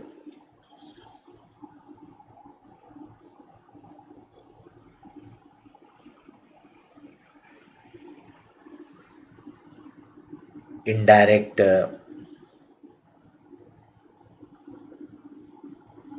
लेबर, और ये इनडायरेक्ट आपका एक्सपेंस। तो इनडायरेक्ट मटेरियल, इनडायरेक्ट लेबर, ये इनडायरेक्ट एक्सपेंसेस, इनको आपने जोड़ लिया तो इनको बोला जाता है ओवरहेड। इसको बोलते हैं ओवरहेड। ओवरहेड सर के ऊपर है ना, ओवरहेड मतलब इनडायरेक्ट नेचर के खर्चे। ठीक है, तो डायरेक्ट खर्चों को ऐड कर लिया तो उसको बोला प्राइम कॉस्ट, इनडायरेक्ट वालों को जोड़ लिया तो उसको बोला ओवरहेड। अब ये ओवरहेड को भी हम फिर से क्लासिफाई करते हैं। ओवरहेड को हम फिर से क्लासिफाई करते हैं दो अलग अलग एंगल से। दो अलग अलग एंगल से हम इनको क्लासिफाई करते हैं। एक होता है जिसमें हम ये जो ओवरहेड है इनको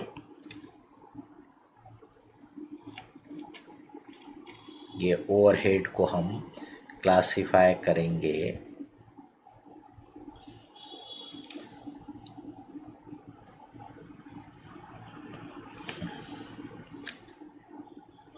उनके फंक्शन के हिसाब से, उनके काम के हिसाब से हम ये ओवरहेड को क्लासिफाई करते हैं फैक्ट्री ओवरहेड। फैक्ट्री ओवरहेड बोलो, मैन्युफैक्चरिंग ओवरहेड बोलो, प्रोडक्शन के ओवरहेड बोलो।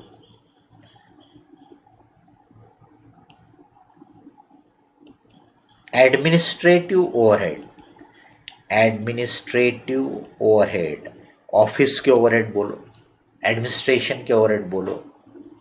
और तीसरा सेलिंग एंड डिस्ट्रीब्यूशन के ओवरहेड, सेलिंग एंड डिस्ट्रीब्यूशन के ओवरहेड। ये जो क्लासिफिकेशन किया अपन ने, factory overhead, administration overhead, selling and distribution overhead, ये क्लासिफिकेशन हमारा अपनी कॉस्ट में फिर अलग अलग ऐड करने के लिए होता है। तो जब हम फैक्ट्री ओवरहेड को इसमें ऐड कर लेते हैं, जब ये फैक्ट्री ओवरहेड इसमें ऐड हो गया, बराबर, फैक्ट्री ओवरहेड यहाँ ऐड हो गया, तो अब जो आ जाता है उसको अपन बोलते हैं फैक्ट्री कॉस्ट।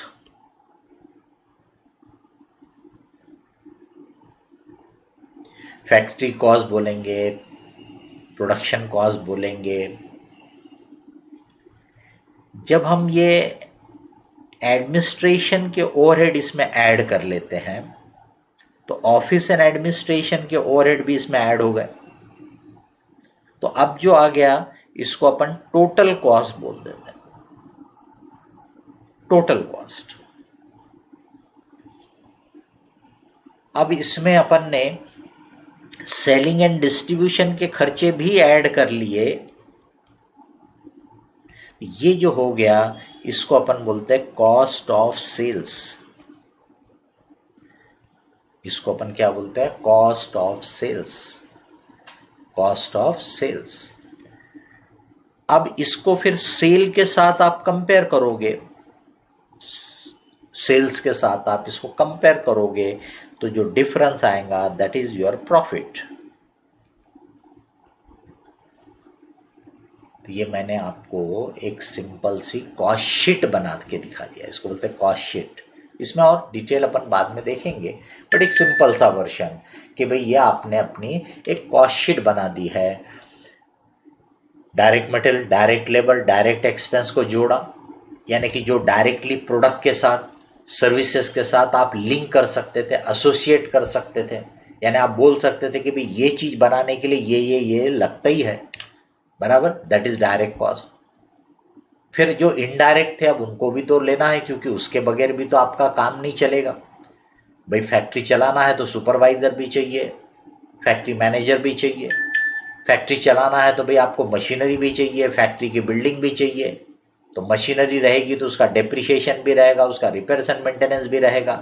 अब आप ही बताइए कि जो टेबल आपने बनाया उस वर्कशॉप में, क्या उस टेबल में आप मशीन को, यानी कि मशीन के डेप्रिसिएशन को डायरेक्टली एट्रीब्यूट कर सकते क्या कि भाई ये टेबल बनाने के लिए इतना मशीन का डेप्रिसिएशन? नहीं कर सकते। बट इनडायरेक्टली तो वो उसी के तो काम में आ रहा है ना, वो काम में तो उसी के आ रहा है, टेबल बनाने की काम में आ रहा है मशीन। तो मशीन का डेप्रिसिएशन, मशीन का रिपेयर्स एंड मेंटेनेंस, ये सब भी तो खर्चे हो रहे हैं, तो इनको बोलेंगे इनडायरेक्ट कॉस्ट। तो इसका मतलब ये इनडायरेक्ट कॉस्ट को भी तो आप ही प्रोडक्शन की वजह से ही कर रहे हैं ना। अगर प्रोडक्ट बनाना नहीं होता तो आप काय को मशीन रखते, काय को फैक्ट्री की बिल्डिंग रखते। तो इसका मतलब ये खर्चे भी है तो उसी काम के लिए, तो इसको भी कॉस्ट में इंक्लूड करना है। तो कैसे इंक्लूड करना? तो उसको उसके नेचर के हिसाब से, उसके फंक्शन के हिसाब से 3 टाइप में क्लासिफाई किया गया। फैक्ट्री ओवरहेड, यानी जो फैक्ट्री से कनेक्टेड है। एडमिनिस्ट्रेशन ओवरहेड है ना, ऑफिस एंड जनरल एडमिनिस्ट्रेशन से कनेक्टेड है। सेलिंग एंड डिस्ट्रीब्यूशन के ओवरहेड है ना, मार्केटिंग से कनेक्टेड खर्चे, तो फैक्ट्री के खर्चे इंक्लूड कर लिए तो फैक्ट्री कॉस्ट हो गई। एडमिनिस्ट्रेशन के भी इंक्लूड कर लिए तो टोटल कॉस्ट हो गई। सेलिंग के भी इंक्लूड कर लिए तो कॉस्ट ऑफ सेल्स हो गई। सेल से कंपेयर किया तो प्रॉफिट आ गया। ये जो आपने कॉस्ट शीट बनाए, ये जो आपने कॉस्ट शीट बनाई है, बराबर है, इसको बोला जाता है absorption costing.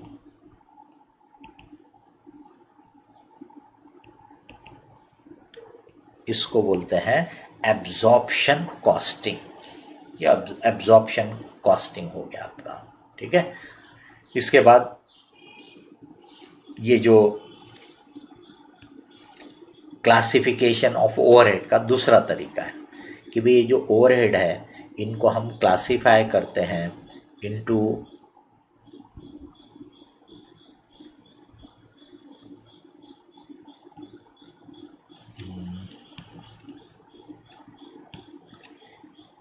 Variable overhead, variable overhead, semi variable overhead, कोई उसको सेमी फिक्स ओवरहेड भी बोल सकता है, कोई सेमी वेरिएबल ओवरहेड भी बोल सकता है। फिक्स ओवरहेड, ये तो ये जो क्लासिफिकेशन है ओवरहेड का, ये अकॉर्डिंग टू वेराइबिलिटी है, वेराइबिलिटी के नेचर के हिसाब से, कि जो खर्चा आपके प्रोडक्शन के प्रपोर्शन में घटता बढ़ता है, प्रोडक्शन बढ़ाया उसी प्रपोर्शन में वो खर्चा भी बढ़ेगा, प्रोडक्शन घटाया उसी प्रपोर्शन में वो खर्चा भी घटेगा, तो उसको बोला जाता है वेरिएबल ओवरहेड। आप इमेजिन करो कि अगर आप 100 टेबल बनाते थे, अब उसकी बजाय अगर आप 110 टेबल बनाएंगे तो ऑब्वियस है कि मटेरियल का खर्चा एग्जैक्ट 10 टेबल के हिसाब से बढ़ जाएगा। जहां 100 शीट पहले लगती होंगी अगर प्लाईवुड की, तो अब 110 शीट लगेंगी। जहां लेमिनेशन की, लेमिनेट की 100 शीट लगती थी या 50 लगती थी मान लो, तो अभी 55 लगेंगी, यानी प्रोपोर्शनेटली बढ़ेगा। कारपेंटर का टाइम जितना लगता था अभी उसका 10% बढ़ जाएगा, यानी प्रोपोर्शनेटली चेंज हो जाएगा। तो इसका मतलब जो प्राइम कॉस्ट रहती है, प्राइम कॉस्ट जो ऊपर बोला था, यानी direct material, direct labour, direct expense, यानी जो डायरेक्ट कॉस्ट है वो बाय नेचर वेरिएबल रहने के चांस, कभी उसमें एक हाथ कोई एलिमेंट फिक्स आ सकता है, बट इन जनरल आप बोल सकते हो कि डायरेक्ट कॉस्ट जो होती है वो वेरिएबल कॉस्ट होती है। तो डायरेक्ट कॉस्ट तो वेरिएबल हो ही गई, अब इनडायरेक्ट कॉस्ट में भी वेरिएबल पार्ट जो प्रोडक्शन के हिसाब से, सर्विसेज के हिसाब से प्रोपोर्शनेटली घटता बढ़ता होगा, वो वेरिएबल नेचर का कहलाएगा। जो प्रोडक्शन घटाने या बढ़ाने के बावजूद, irrespective of change in your production level, production बढ़ाया, प्रोडक्शन घटाया, फिर भी वो सेम रहता है, बदलता नहीं है, उसको बोलेंगे फिक्स। उसको बोलेंगे फिक्स नेचर के ओवरहेड। फिक्स है, बदलते नहीं है। प्रोडक्शन बढ़ा रहे तो भी उतने ही रहते, प्रोडक्शन घटा रहे तो भी उतने रहते। फॉर एग्जाम्पल, आप अगर जैसे पावर चार्जेस, पावर का मतलब क्या होता है, मशीन को चलाने के लिए जो इलेक्ट्रिसिटी लगती है उसको बोलते हैं पावर। तो आप सोचिए 100 टेबल बना रहे थे तो जितनी देर मशीन चल रही थी, अगर 150 टेबल बनाऊंगा, 150 टेबल बनाऊंगा, तो बट नेचुरल मशीनरी 1.5 टाइम्स ज़्यादा चलेगी। तो मतलब जो पावर यानी electricity which is required to run the machinery, वो प्रोपोर्शनेटली बढ़ जाएगी, ज़्यादा लगेगा, तो उसको बोलेंगे वेरिएबल नेचर का कॉस्ट हो गया, वेरिएबल नेचर का ओवरहेड हो गया। बट आप इमेजिन करो 100 टेबल बन रहे थे तब भी फैक्ट्री मैनेजर एक ही है, 150 बन रहे तो भी फैक्ट्री मैनेजर एक ही है, सैलरी वही है। इसका मतलब 100 के बजाय 150 टेबल बनाया तो भी फैक्ट्री मैनेजर की सैलरी उतनी ही रहने वाली है। किसी पीरियड में मान लो 100 के बजाय 80 टेबल बनाया तो फैक्ट्री मैनेजर की सैलरी अपन कट नहीं करने वाले हैं, है ना। इसका मतलब वो फिक्स नेचर की हो गई। प्रोडक्शन घटने बढ़ने के बावजूद भी क्या हो रहा, वो बदल नहीं रहा है, तो उसको बोलेंगे फिक्स। अब सेमी वेरिएबल इन दोनों के बीच में है।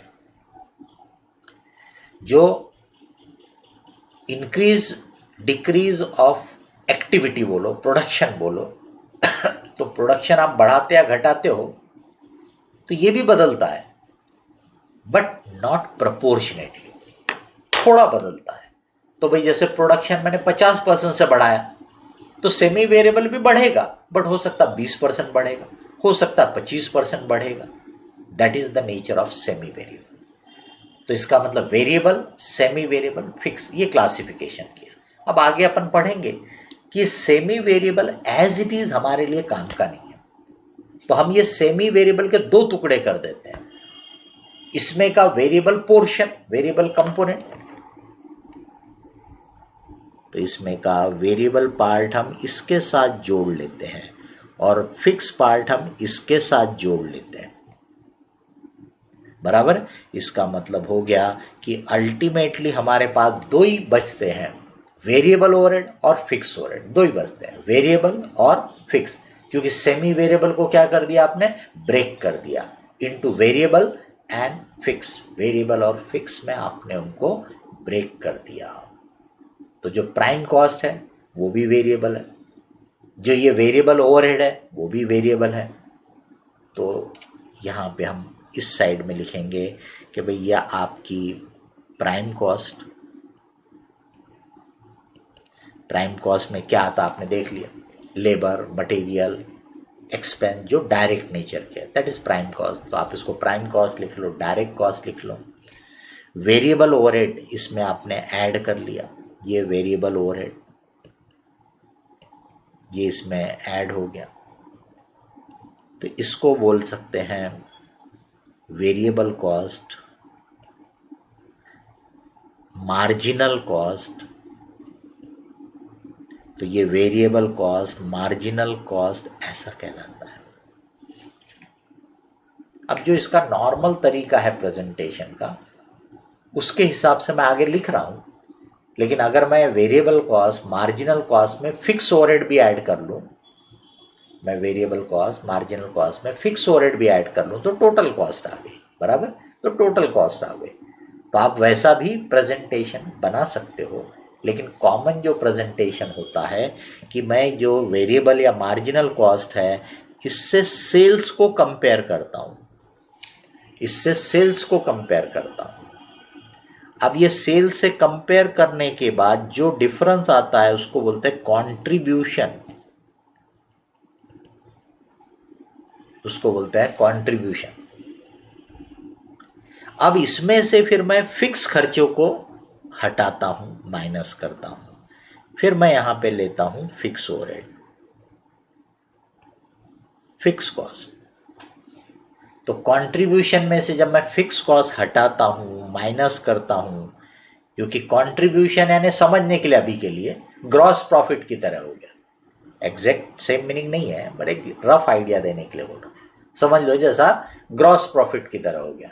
उसमें से अब मैं फिक्स खर्चे माइनस करूंगा तो जो आएगा ये मेरा कहलाएगा प्रॉफिट, ये मेरा कहलाएगा प्रॉफिट, समझ रहे। तो ये वाला प्रेजेंटेशन जब किया जाता है, ये वाला जो क्लासिफिकेशन यूज किया जाता है, इसको बोलते हैं marginal costing. This is called marginal costing, इसको बोलते हैं मार्जिनल कॉस्टिंग सिस्टम। तो कॉस्टिंग के दो ब्रॉड इंपॉर्टेंट ब्रेकअप हो जाते हैं, एब्जॉर्प्शन कॉस्टिंग और मार्जिनल कॉस्टिंग। तो ये एब्जॉर्प्शन कॉस्टिंग है। तो मेन डिफरेंस दोनों में देखो, मार्जिनल कॉस्टिंग और एब्जॉर्प्शन कॉस्टिंग में मेन डिफरेंस है कि ये जो इनडायरेक्ट नेचर की कॉस्ट है, ये जो ओवरहेड है, इनको कैसे कॉस्ट में इंक्लूड किया जा रहा है, एडमिनिस्ट्रेशन, फैक्ट्री, सेलिंग ऐसा क्लासिफाई करके, या वेरिएबल और फिक्स ऐसा क्लासिफाई करके। एडमिनिस्ट्रेशन, फैक्ट्री, सेलिंग ऐसा लिया मतलब उसमें वेरिएबल, फिक्स सब मिक्स है, तो that is called absorption costing. और जहां पे आप वेरिएबल अलग कर देते हो तो आपने पूरे वेरिएबल खर्चों को ऐड कर लिया, पूरे वेरिएबल खर्चों को ऐड कर लिया, तो that is called variable cost या मार्जिनल कॉस्ट। और उसको फिर सेल्स से कंपेयर किया तो डिफरेंस को बोलते हैं कंट्रीब्यूशन। कंट्रीब्यूशन में से फिक्स खर्चे माइनस करोगे तो जो बचता है उसको बोलते हैं प्रॉफिट, बराबर। तो वेरिएबल कॉस्ट या मार्जिनल कॉस्ट में अगर मैं यहाँ लिखूँ कि भाई इसी का दूसरा जो ऑल्टरनेटिव है कि भाई प्राइम कॉस्ट ये प्लस वेरिएबल ओवरहेड, तो यह आपकी मार्जिनल कॉस्ट हो गई, marginal cost plus fix overhead, तो ये आपकी हो गई टोटल कॉस्ट। ये अब इसको सेल से कंपेयर करोगे तो ये भी आपको प्रॉफिट बताएगा, बराबर। बट मार्जिनल कॉस्टिंग में ये वाला सिस्टम ज़्यादा प्रिफर करते हैं, ज़्यादा फॉलो होता है।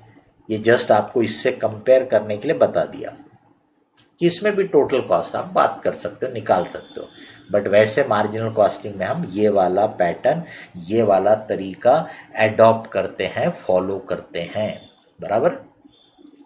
तो ये मैंने आपको एक मेन आइडिया दे दिया कि भाई कॉस्ट यानी क्या, वॉट एवर वी स्पेंड, जो भी हमने खर्च किया उसको हम बोलते हैं कॉस्ट, बराबर। काय के लिए खर्चा किया, किस चीज की कॉस्ट आप निकाल रहे हैं उसको बोलते हैं कॉस्ट ऑब्जेक्ट। वो कॉस्ट ऑब्जेक्ट कोई गुड्स भी हो सकता है, कोई सर्विसेज भी हो सकती है, कोई डिपार्टमेंट भी हो सकता है। उसको किस टर्म्स में आप मेजर कर रहे हैं, केजीज में बात कर रहे हैं कि टर्म्स में बात कर रहे हैं कि लीटर्स में बात कर रहे हैं कि नंबर्स में बात कर रहे हैं, उसको अपन बोलते हैं कॉस्ट यूनिट। ये कॉस्ट कैलकुलेट करने की पूरी जो प्रोसेस है, टेक्निक्स है, उसको बोलते हैं कॉस्टिंग।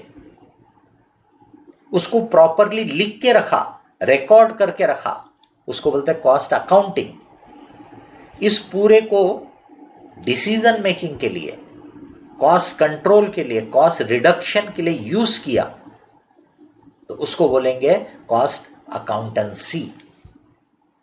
और ये पूरे डाटा को प्रॉपर रिपोर्ट बना करके मैनेजमेंट को देंगे, जिससे कि मैनेजमेंट उसका अच्छे से यूज कर सके, उसके ऊपर एक्शन ले सके, डिसीजन ले सके। तो वो रिपोर्टिंग के सिस्टम को बोलेंगे मैनेजमेंट अकाउंटिंग, उसको बोलेंगे मैनेजमेंट अकाउंटिंग। अब सवाल उठता है कि भाई ये सब जो आप कर रहे हो इसके पीछे का ऑब्जेक्टिव क्या है। ये मैं यहाँ अलग से लिख रहा हूँ, ऑब्जेक्टिव आपके ये कॉस्ट अकाउंटिंग का, कॉस्ट एंड मैनेजमेंट अकाउंटिंग का ऑब्जेक्टिव क्या है, पर्पस क्या है। तो हम बोल सकते हैं कि नंबर 1, डिसीजन मेकिंग में ये हमको मदद करता है। क्या है? डिसीजन मेकिंग में। अब डिसीजन मेकिंग का सिंपल सा एग्जांपल, जैसे आपने जो भी बनाया, what ever goods you have produce, आप सोच के देखिए, भाई बनाया तो बेचना भी तो पड़ेगा ना, और बेचने के लिए प्राइस भी तो डिसाइड करना पड़ेगा कि किस प्राइस में बेचें। अब प्राइस कैसे डिसाइड करेंगे? आपने अगर मनमाने ढंग से ज़्यादा प्राइस चार्ज किया तो भी नुकसान होगा, आपने अगर कम प्राइस चार्ज किया तो भी नुकसान होगा। अब जब मैंने बोला कि ज़्यादा प्राइस चार्ज किया तो भी नुकसान होगा, तो किसी को लगेगा सर ज़्यादा प्राइस चार्ज करेंगे तो नुकसान कहाँ होगा, वो तो प्रॉफिट ज़्यादा होगा। यही तो समझने की बात होती है ना। प्रॉफिट ज़्यादा अभी के लिए टेम्पररी होगा, कि आपने जो चीज़ 100 में बेचना चाहिए था 110 में बेची, 120 में बेची, तो आपको लग रहा प्रॉफिट ज़्यादा होगा, बट ये जस्ट टेम्पररी होगा।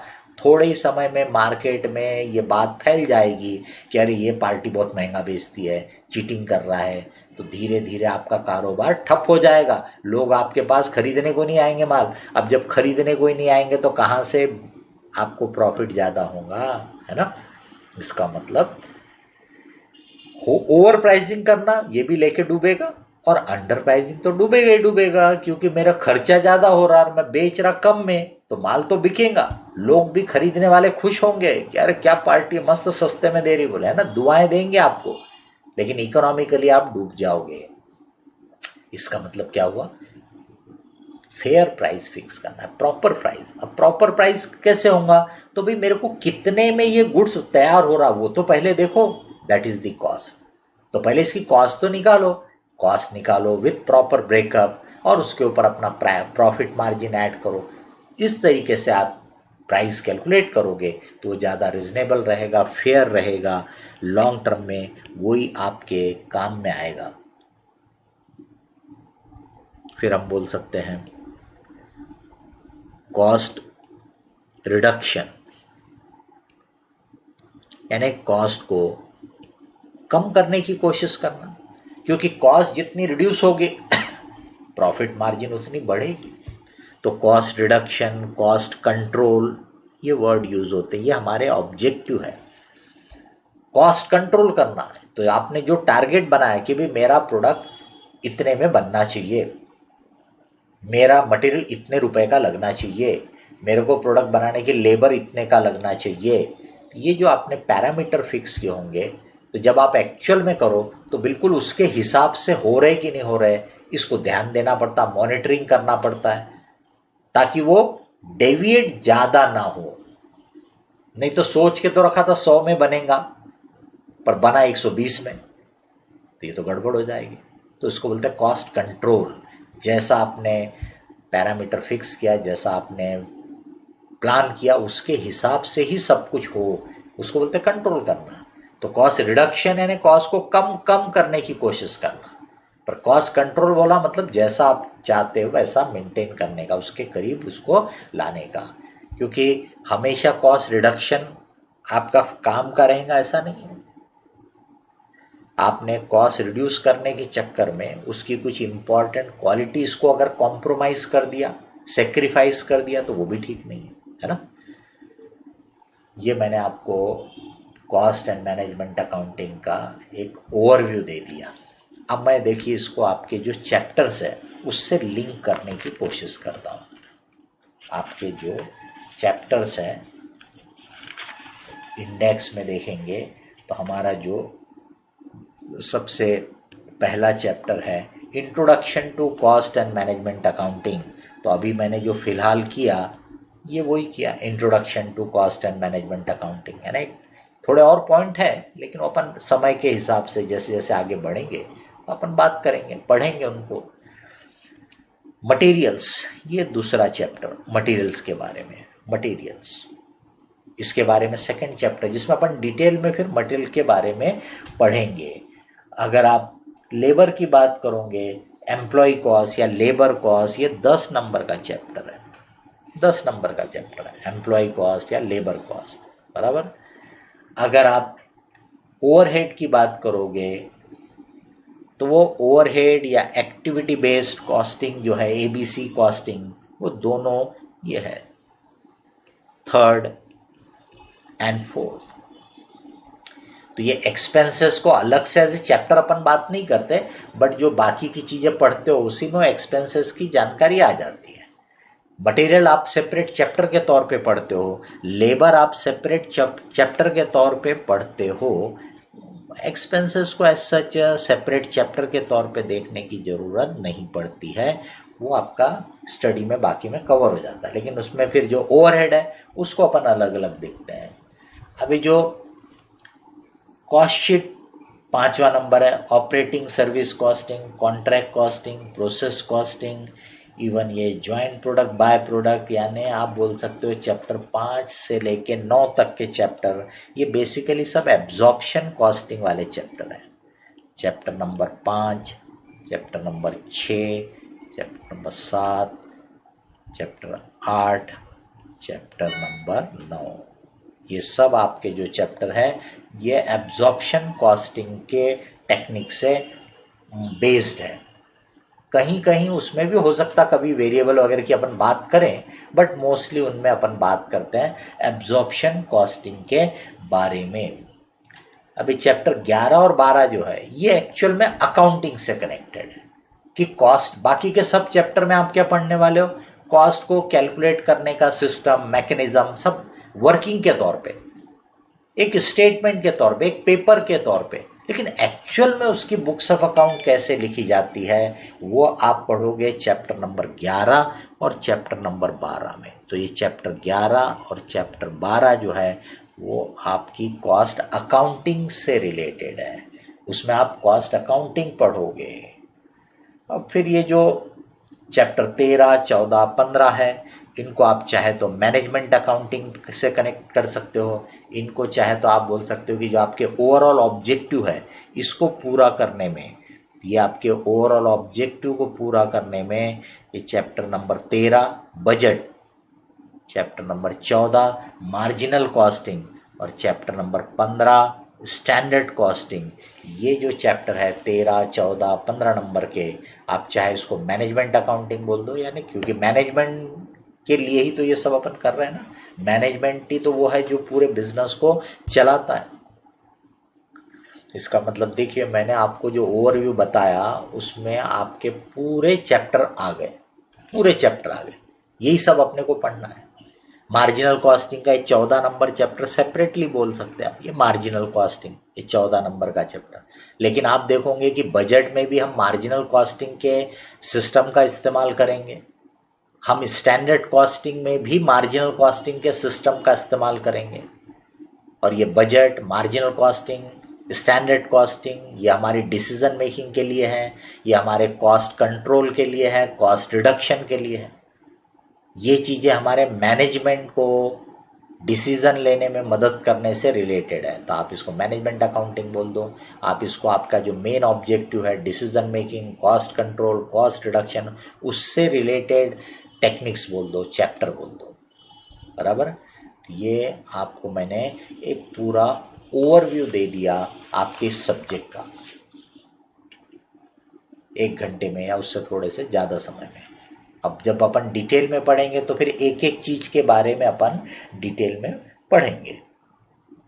अब इसमें बहुत सारे अलग अलग टर्म्स यूज़ होंगे, नाम यूज़ होंगे, वो सबको अगर मैं अभी बोलूँगा तो कोई मतलब नहीं है। अभी मेन सिंपल चीज़ से कि कॉस्ट यानी क्या, क्योंकि सब्जेक्ट ये कॉस्टिंग, कॉस्ट यानी क्या, जो कुछ भी आपने खर्च किया, काय के लिए, जिस भी प्रोडक्ट सर्विस की आप कॉस्ट निकालना चाहते हो, बराबर, तो वो हो गया कॉस्ट। अब उसको कैलकुलेट करने की पूरी प्रोसेस को अपन बोलते हैं कॉस्टिंग, बराबर। तो कॉस्ट बोलो यानी वो जो फिगर आप निकालते हो वो कॉस्ट हो गई, उसको अपन प्रॉपर ब्रेकअप से निकालते हैं। जैसे यहाँ देख रहे हैं आप कॉस्ट शीट में proper breakup, prime cost, factory cost, total cost, cost of sale, या इधर आप बोल रहे हैं मार्जिनल कॉस्ट, बराबर, फिक्स कॉस्ट, तो ये उसके प्रॉपर ब्रेकअप होते हैं। जरूरत के हिसाब से अपने को ब्रेकअप यूज में आता है। अब कॉस्ट के कैलकुलेशन में आपने जो कुछ खर्च किया, खर्चे में क्या होता है, एक होता है आपके पास से कुछ जा रहा है, दूसरा होता है आपके ऊपर कोई ऑब्लिगेशन क्रिएट हो रहा है। तो आपके पास से कुछ जा रहा है वो भी खर्चा है, और आपके ऊपर कोई ऑब्लिगेशन क्रिएट हो रहा है वो भी खर्चे का इफेक्ट क्रिएट करता है।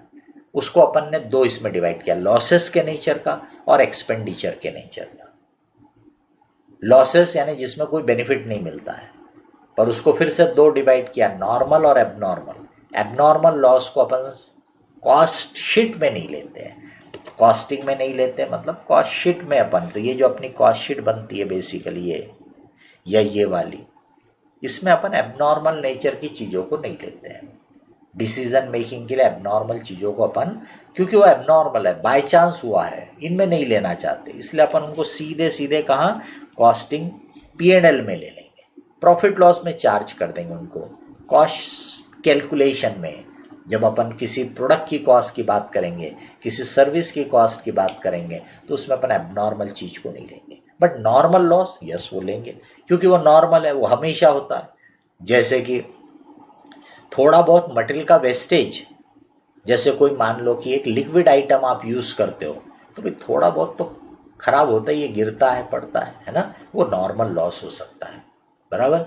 सिमिलरली लेबर मशीन है, थोड़ी बहुत टाइम मशीन खाली रहती है, जैसे कि मटेरियल लाने गया तो थोड़ा देर मशीन खाली है, तो ये जो आइडल टाइम होता है नॉर्मल है, ये प्रोडक्शन में होता ही है, बराबर।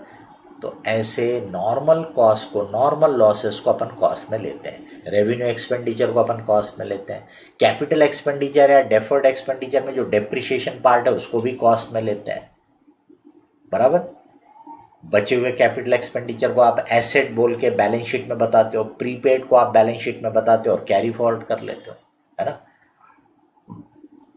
अब ये कॉस्ट को आपने एलिमेंट वाइज मटेरियल, लेबर और एक्सपेंस में ब्रेक किया। मटेरियल, लेबर और एक्सपेंस को फिर से आपने ब्रेक किया डायरेक्ट और इनडायरेक्ट में, और फिर उस पे से आपने अलग अलग तरीके से कॉस्ट निकाली, बराबर। और आपके पूरे 15 चैप्टर नंबर 1 to 15 यहाँ पे आपको सामने जुड़े हुए दिख रहे हैं। किसी को इसमें कोई पॉइंट, कोई क्वेश्चन हो तो बताइए।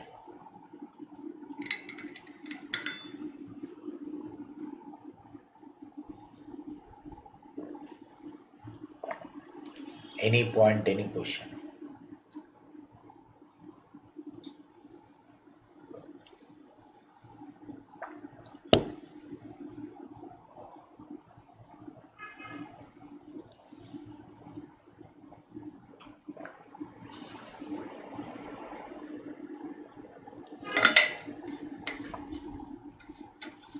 आपको कॉस्टिंग की एक तो ऐसी बुक मिली होगी, बराबर, कॉस्ट एंड मैनेजमेंट अकाउंटिंग, ठीक है। ये एक बुक, इसमें पूरा कोर्स जो आपका है कवर किया हुआ है। इसमें थ्योरी होगी हर एक चैप्टर की, थ्योरी के साथ साथ इलस्ट्रेशन वगैरह हो सकते हैं। फिर उसके बाद आपको इसमें सेल्फ स्टडी के क्वेश्चन भी होंगे थोड़े बहुत, यानी जो क्वेश्चन का सॉल्यूशन दिया हुआ है, क्वेश्चन है सॉल्यूशन भी है, वो आपके सेल्फ स्टडी के लिए, मतलब होमवर्क के लिए, वो आपको घर पे पढ़ने का है। फिर आपको एक ऐसा क्वेश्चन सेट दिया होगा, questions for class work, questions for class work, बराबर। ये जो क्वेश्चन सेट है, इसकी मदद से अपने को क्लास में अपनी पढ़ाई करना है। इसमें सब अनसॉल्व्ड क्वेश्चन है, एग्जाम के क्वेश्चन है, लेटेस्ट एग्जाम तक के क्वेश्चन उसमें होंगे। ये क्वेश्चन की मदद से अपने को ये पूरे सब्जेक्ट को पढ़ने का है, बराबर। किताब आपके पढ़ने के लिए, मैं किताब डायरेक्टली यहाँ ओपन करके बहुत कभी कदार बात करूँगा, अदरवाइज मैं ऐसे डायरेक्टली आपको चीज़ें समझाऊंगा, और फिर जो क्वेश्चंस है अनसॉल्व क्वेश्चन, उसकी मदद से फिर अपन उसको और अच्छे से समझने की कोशिश करेंगे। That is the approach we will follow. आपको जब कोई डिफ़िकल्टी है आप पूछ सकते हो, बट जैसे मैं कुछ पढ़ा रहा हूँ तो उस समय आप अपनी क्वेरी को, डिफ़िकल्टी को रोक के रखो अपने पास, चाहे तो लिख लो। जैसे मैं बोलूँगा एनी क्वेश्चन कि भाई इसमें कुछ बोलना है, पूछना है, पूछ लो, उस समय माइक ऑन करो और पूछ लो। तब तक माइक को ऑफ रखने का, नहीं तो डिस्टर्बेंस होता, आवाज आती बीच में, ठीक है। आपको लगे तो आप यहाँ पे चैट में भी डाल सकते हो। मैं जनरली यहाँ पे अपना एक लैपटॉप चालू रखता हूँ जिसमें मैसेज या चैट वाला जो है वो पोर्शन ओपन रहता है, तो आप अगर चैट में भी कुछ क्वेरी डालेंगे तो मैं उसको देख करके भी जवाब दूंगा। तो आप माइक स्टार्ट करके भी पूछ सकते हो, आप यहाँ पे चैट में लिख करके भी पूछ सकते हो, और तीसरा रहता है कि बाद में आप वो व्हाट्सएप ग्रुप की मदद से भी पूछ सकते हो, बट बेटर ऑप्शन रहता है कि यहीं पे पूछ लो। दैट इज़ ऑलवेज बेटर, क्योंकि यहाँ पर अपन वो बात कर रहे हैं तो ज़्यादा अच्छे से अपन उसको एलेबरेट कर सकते हैं, समझ सकते हैं। मेरे को आपकी क्वेरी में कुछ डाउट लगा तो मैं आपसे पूछ सकता हूँ कि भाई आपका मतलब ये है क्या, आपका मतलब ये है क्या, है ना। तो इसलिए बेटर ऑप्शन तो है कि आप यहीं पे पूछ लो, चैट में लिख के पूछो या माइक से पूछ लो। आपका जो दूसरा सब्जेक्ट रहेगा अकाउंटिंग, उसकी भी एक किताब है आपकी, ये अकाउंटिंग की किताब, पूरा कोर्स इसमें जो है वो आपको कवर करके दिया हुआ है, बराबर।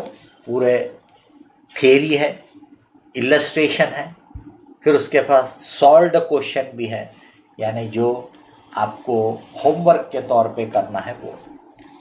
फिर अकाउंट्स में भी एक ऐसा क्वेश्चंस फॉर क्लास वर्क का सेट है, क्वेश्चंस फॉर क्लास वर्क का सेट है ऐसा। इसमें वही अनसॉल्व क्वेश्चंस हैं जिनकी मदद से अपने को पूरा सब्जेक्ट पढ़ने का रहता है ना। फिर आपको अकाउंटिंग स्टैंडर्ड का अलग से मटेरियल दिया हो, अकाउंटिंग स्टैंडर्ड का ये अलग से मटेरियल दिया हुआ है। इसमें जितने अकाउंटिंग स्टैंडर्ड आपके सीए इंटरमीडिएट के ग्रुप 1 में है उतने कवर किए हुए हैं, बराबर। ग्रुप 1 के अकाउंटिंग स्टैंडर्ड इसमें कवर किए हुए। ग्रुप 2 के जो रहेंगे वो बाद में मिलेंगे आपको। तो इस तरीके से आपको हमने कोर्स मटेरियल प्रोवाइड कर दिया। हो सकता है मैंने जो अभी कवर पेज दिखा है उसमें आपके पास जो हो कुछ चेंज दिख रहा हो, क्योंकि रीप्रिंट में कभी कभी ये लोग कवर पेज उसकी डिज़ाइन बदल भी देते हैं।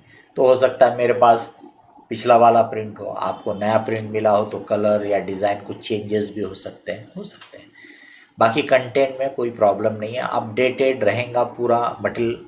और बीच में कभी कोई चेंजेस आते हैं सीए इंस्टीट्यूट के तरफ से तो फिर अपन उस समय बात कर सकते हैं।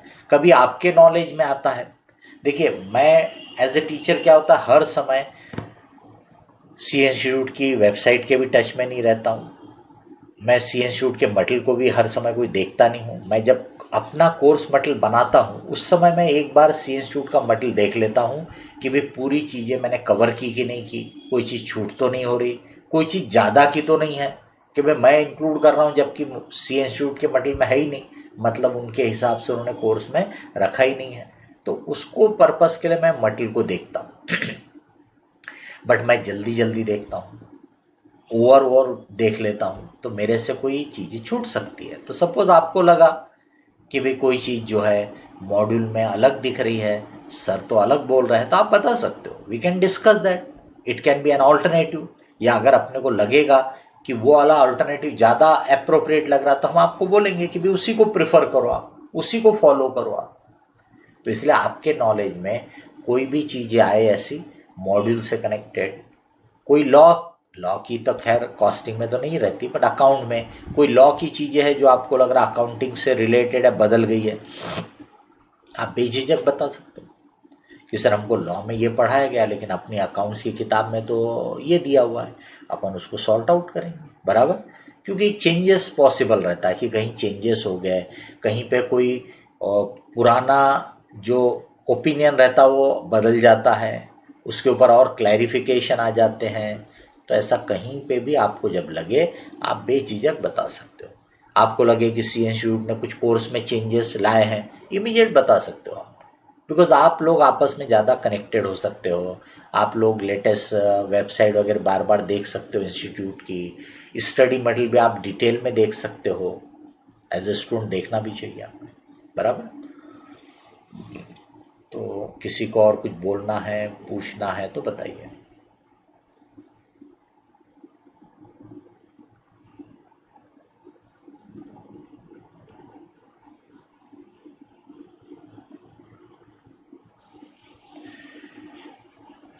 बोलिए, कोई बात, कोई क्वेश्चन। कॉस्टिंग सब्जेक्ट का फील कैसा आ रहा है, नया सब्जेक्ट है आपका ये।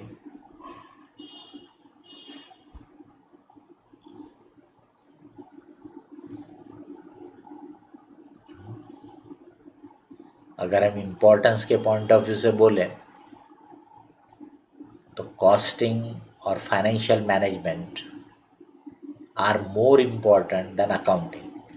क्योंकि अकाउंटिंग में क्या है, बेसिकली हिस्टोरिकल डाटा को रिकॉर्ड करने का तरीका है, सिस्टम है। बट कॉस्टिंग में और फाइनेंशियल मैनेजमेंट में तो आप मैनेजमेंट को डिसीजन लेने में मदद करते हो। तो आपके फ्यूचर प्रोस्पेक्ट के पॉइंट ऑफ व्यू से कॉस्टिंग का फील्ड, फाइनेंशियल मैनेजमेंट का फील्ड ये और ज़्यादा इम्पोर्टेंस रखता है। लेकिन इनमें अच्छी पकड़ लाने के लिए, अच्छी ग्रिप लाने के लिए आपको अकाउंटिंग का भी अच्छा कमांड होना चाहिए। तो अगर आपने ये प्रैक्टिकल सब्जेक्ट जो है अकाउंटिंग, कॉस्टिंग, फाइनेंशियल मैनेजमेंट, इस पे ग्रिप बना लिया तो आपको सीए बनने से कोई नहीं रोक सकता, कोई नहीं रोक सकता। आप अच्छे लेवल के सीए बन सकते हो और आपका फ्यूचर प्रॉस्पेक्ट भी अच्छा रहेगा अगर आप ये प्रैक्टिकल सब्जेक्ट में स्ट्रांग हो तो। और अगर आप ये प्रैक्टिकल सब्जेक्ट को निग्लेक्ट करते हो, आप इसमें वीक रह जाते हो, तो फिर आपको एग्ज़ाम पास करना भी भारी काम पड़ेगा। एग्जाम भी मुश्किल जाएगी। इसलिए शुरू से ध्यान दो, बिल्कुल कुछ नहीं समझा तो पूछो, पर शुरू से ध्यान दो, रेगुलर रहो, बिल्कुल ढील मत डालो। जो चीज़ डिफिकल्ट लगी तो उसके पीछे और पढ़ना चाहिए अपन, यार यार आज नहीं समझा, मतलब क्लास खत्म होने के बाद किताब में से पढ़ता हूँ, बराबर ऐसा जज्बा होना चाहिए पढ़ाई के लिए। अपन क्या करते हैं, यार डिफिकल्ट लग रहा, नहीं समझ में आ रहा क्लास चार्ट मार दिए, है ना, लेक्चर ऑफ कर दो, ध्यान नहीं दे रहे तो ऐसे से तो वो प्रॉब्लम और बढ़ता जाएगा। तो वैसा नहीं होना चाहिए। जो अच्छे से समझ में आ गया ना, उसके ऊपर और एफर्ट्स नहीं किया तो चलता है। आपने सोचा कि यार आज की चीज़ तो मेरे को बहुत अच्छे से समझ में आ गई, आज मेरे को किसी दूसरे सब्जेक्ट में ज़्यादा इम्पोर्टेंट चीज़ें पढ़ना है, वो डिफ़िकल्ट लग रहा, तो उस दिन आपने ये वाली चीज़ को नहीं भी पढ़ा, रिवीजन नहीं भी किया, पर दूसरे वाले सब्जेक्ट पे ज़्यादा ध्यान दिया तो चलता है। तो जो चीज़ में आपको तकलीफ जा रही, जो चीज़ आपको डिफ़िकल्ट लग रही, उसके ऊपर आपने ज़्यादा ध्यान देना चाहिए, उसके ऊपर आपने सेल्फ स्टडी करने का, रिवीजन करने का, बराबर ये ध्यान देना। जो चीज़ अच्छे से समझ में आ गई उस पर अगर टाइम है तो रिवीजन कर डालो, नहीं है तो जाने दो, क्योंकि ऑलरेडी वो आइडिया क्लियर हो गई। तो ये आपको खुद को डिसाइड करना चाहिए, यानी डिसीजन मेकिंग। बताइए कि आप डिसीजन मेकिंग फील्ड के एक्सपर्ट बनने जा रहे हो, तो आपको अपने खुद के डिसीजन तो अच्छे से लेते आना चाहिए। ठीक है, तो चलिए फिर आज का लेक्चर हम यहीं पे ख़त्म करते हैं। नेक्स्ट लेक्चर अपन अकाउंट्स का 9:30 को स्टार्ट करेंगे। ठीक है, ओके बाय।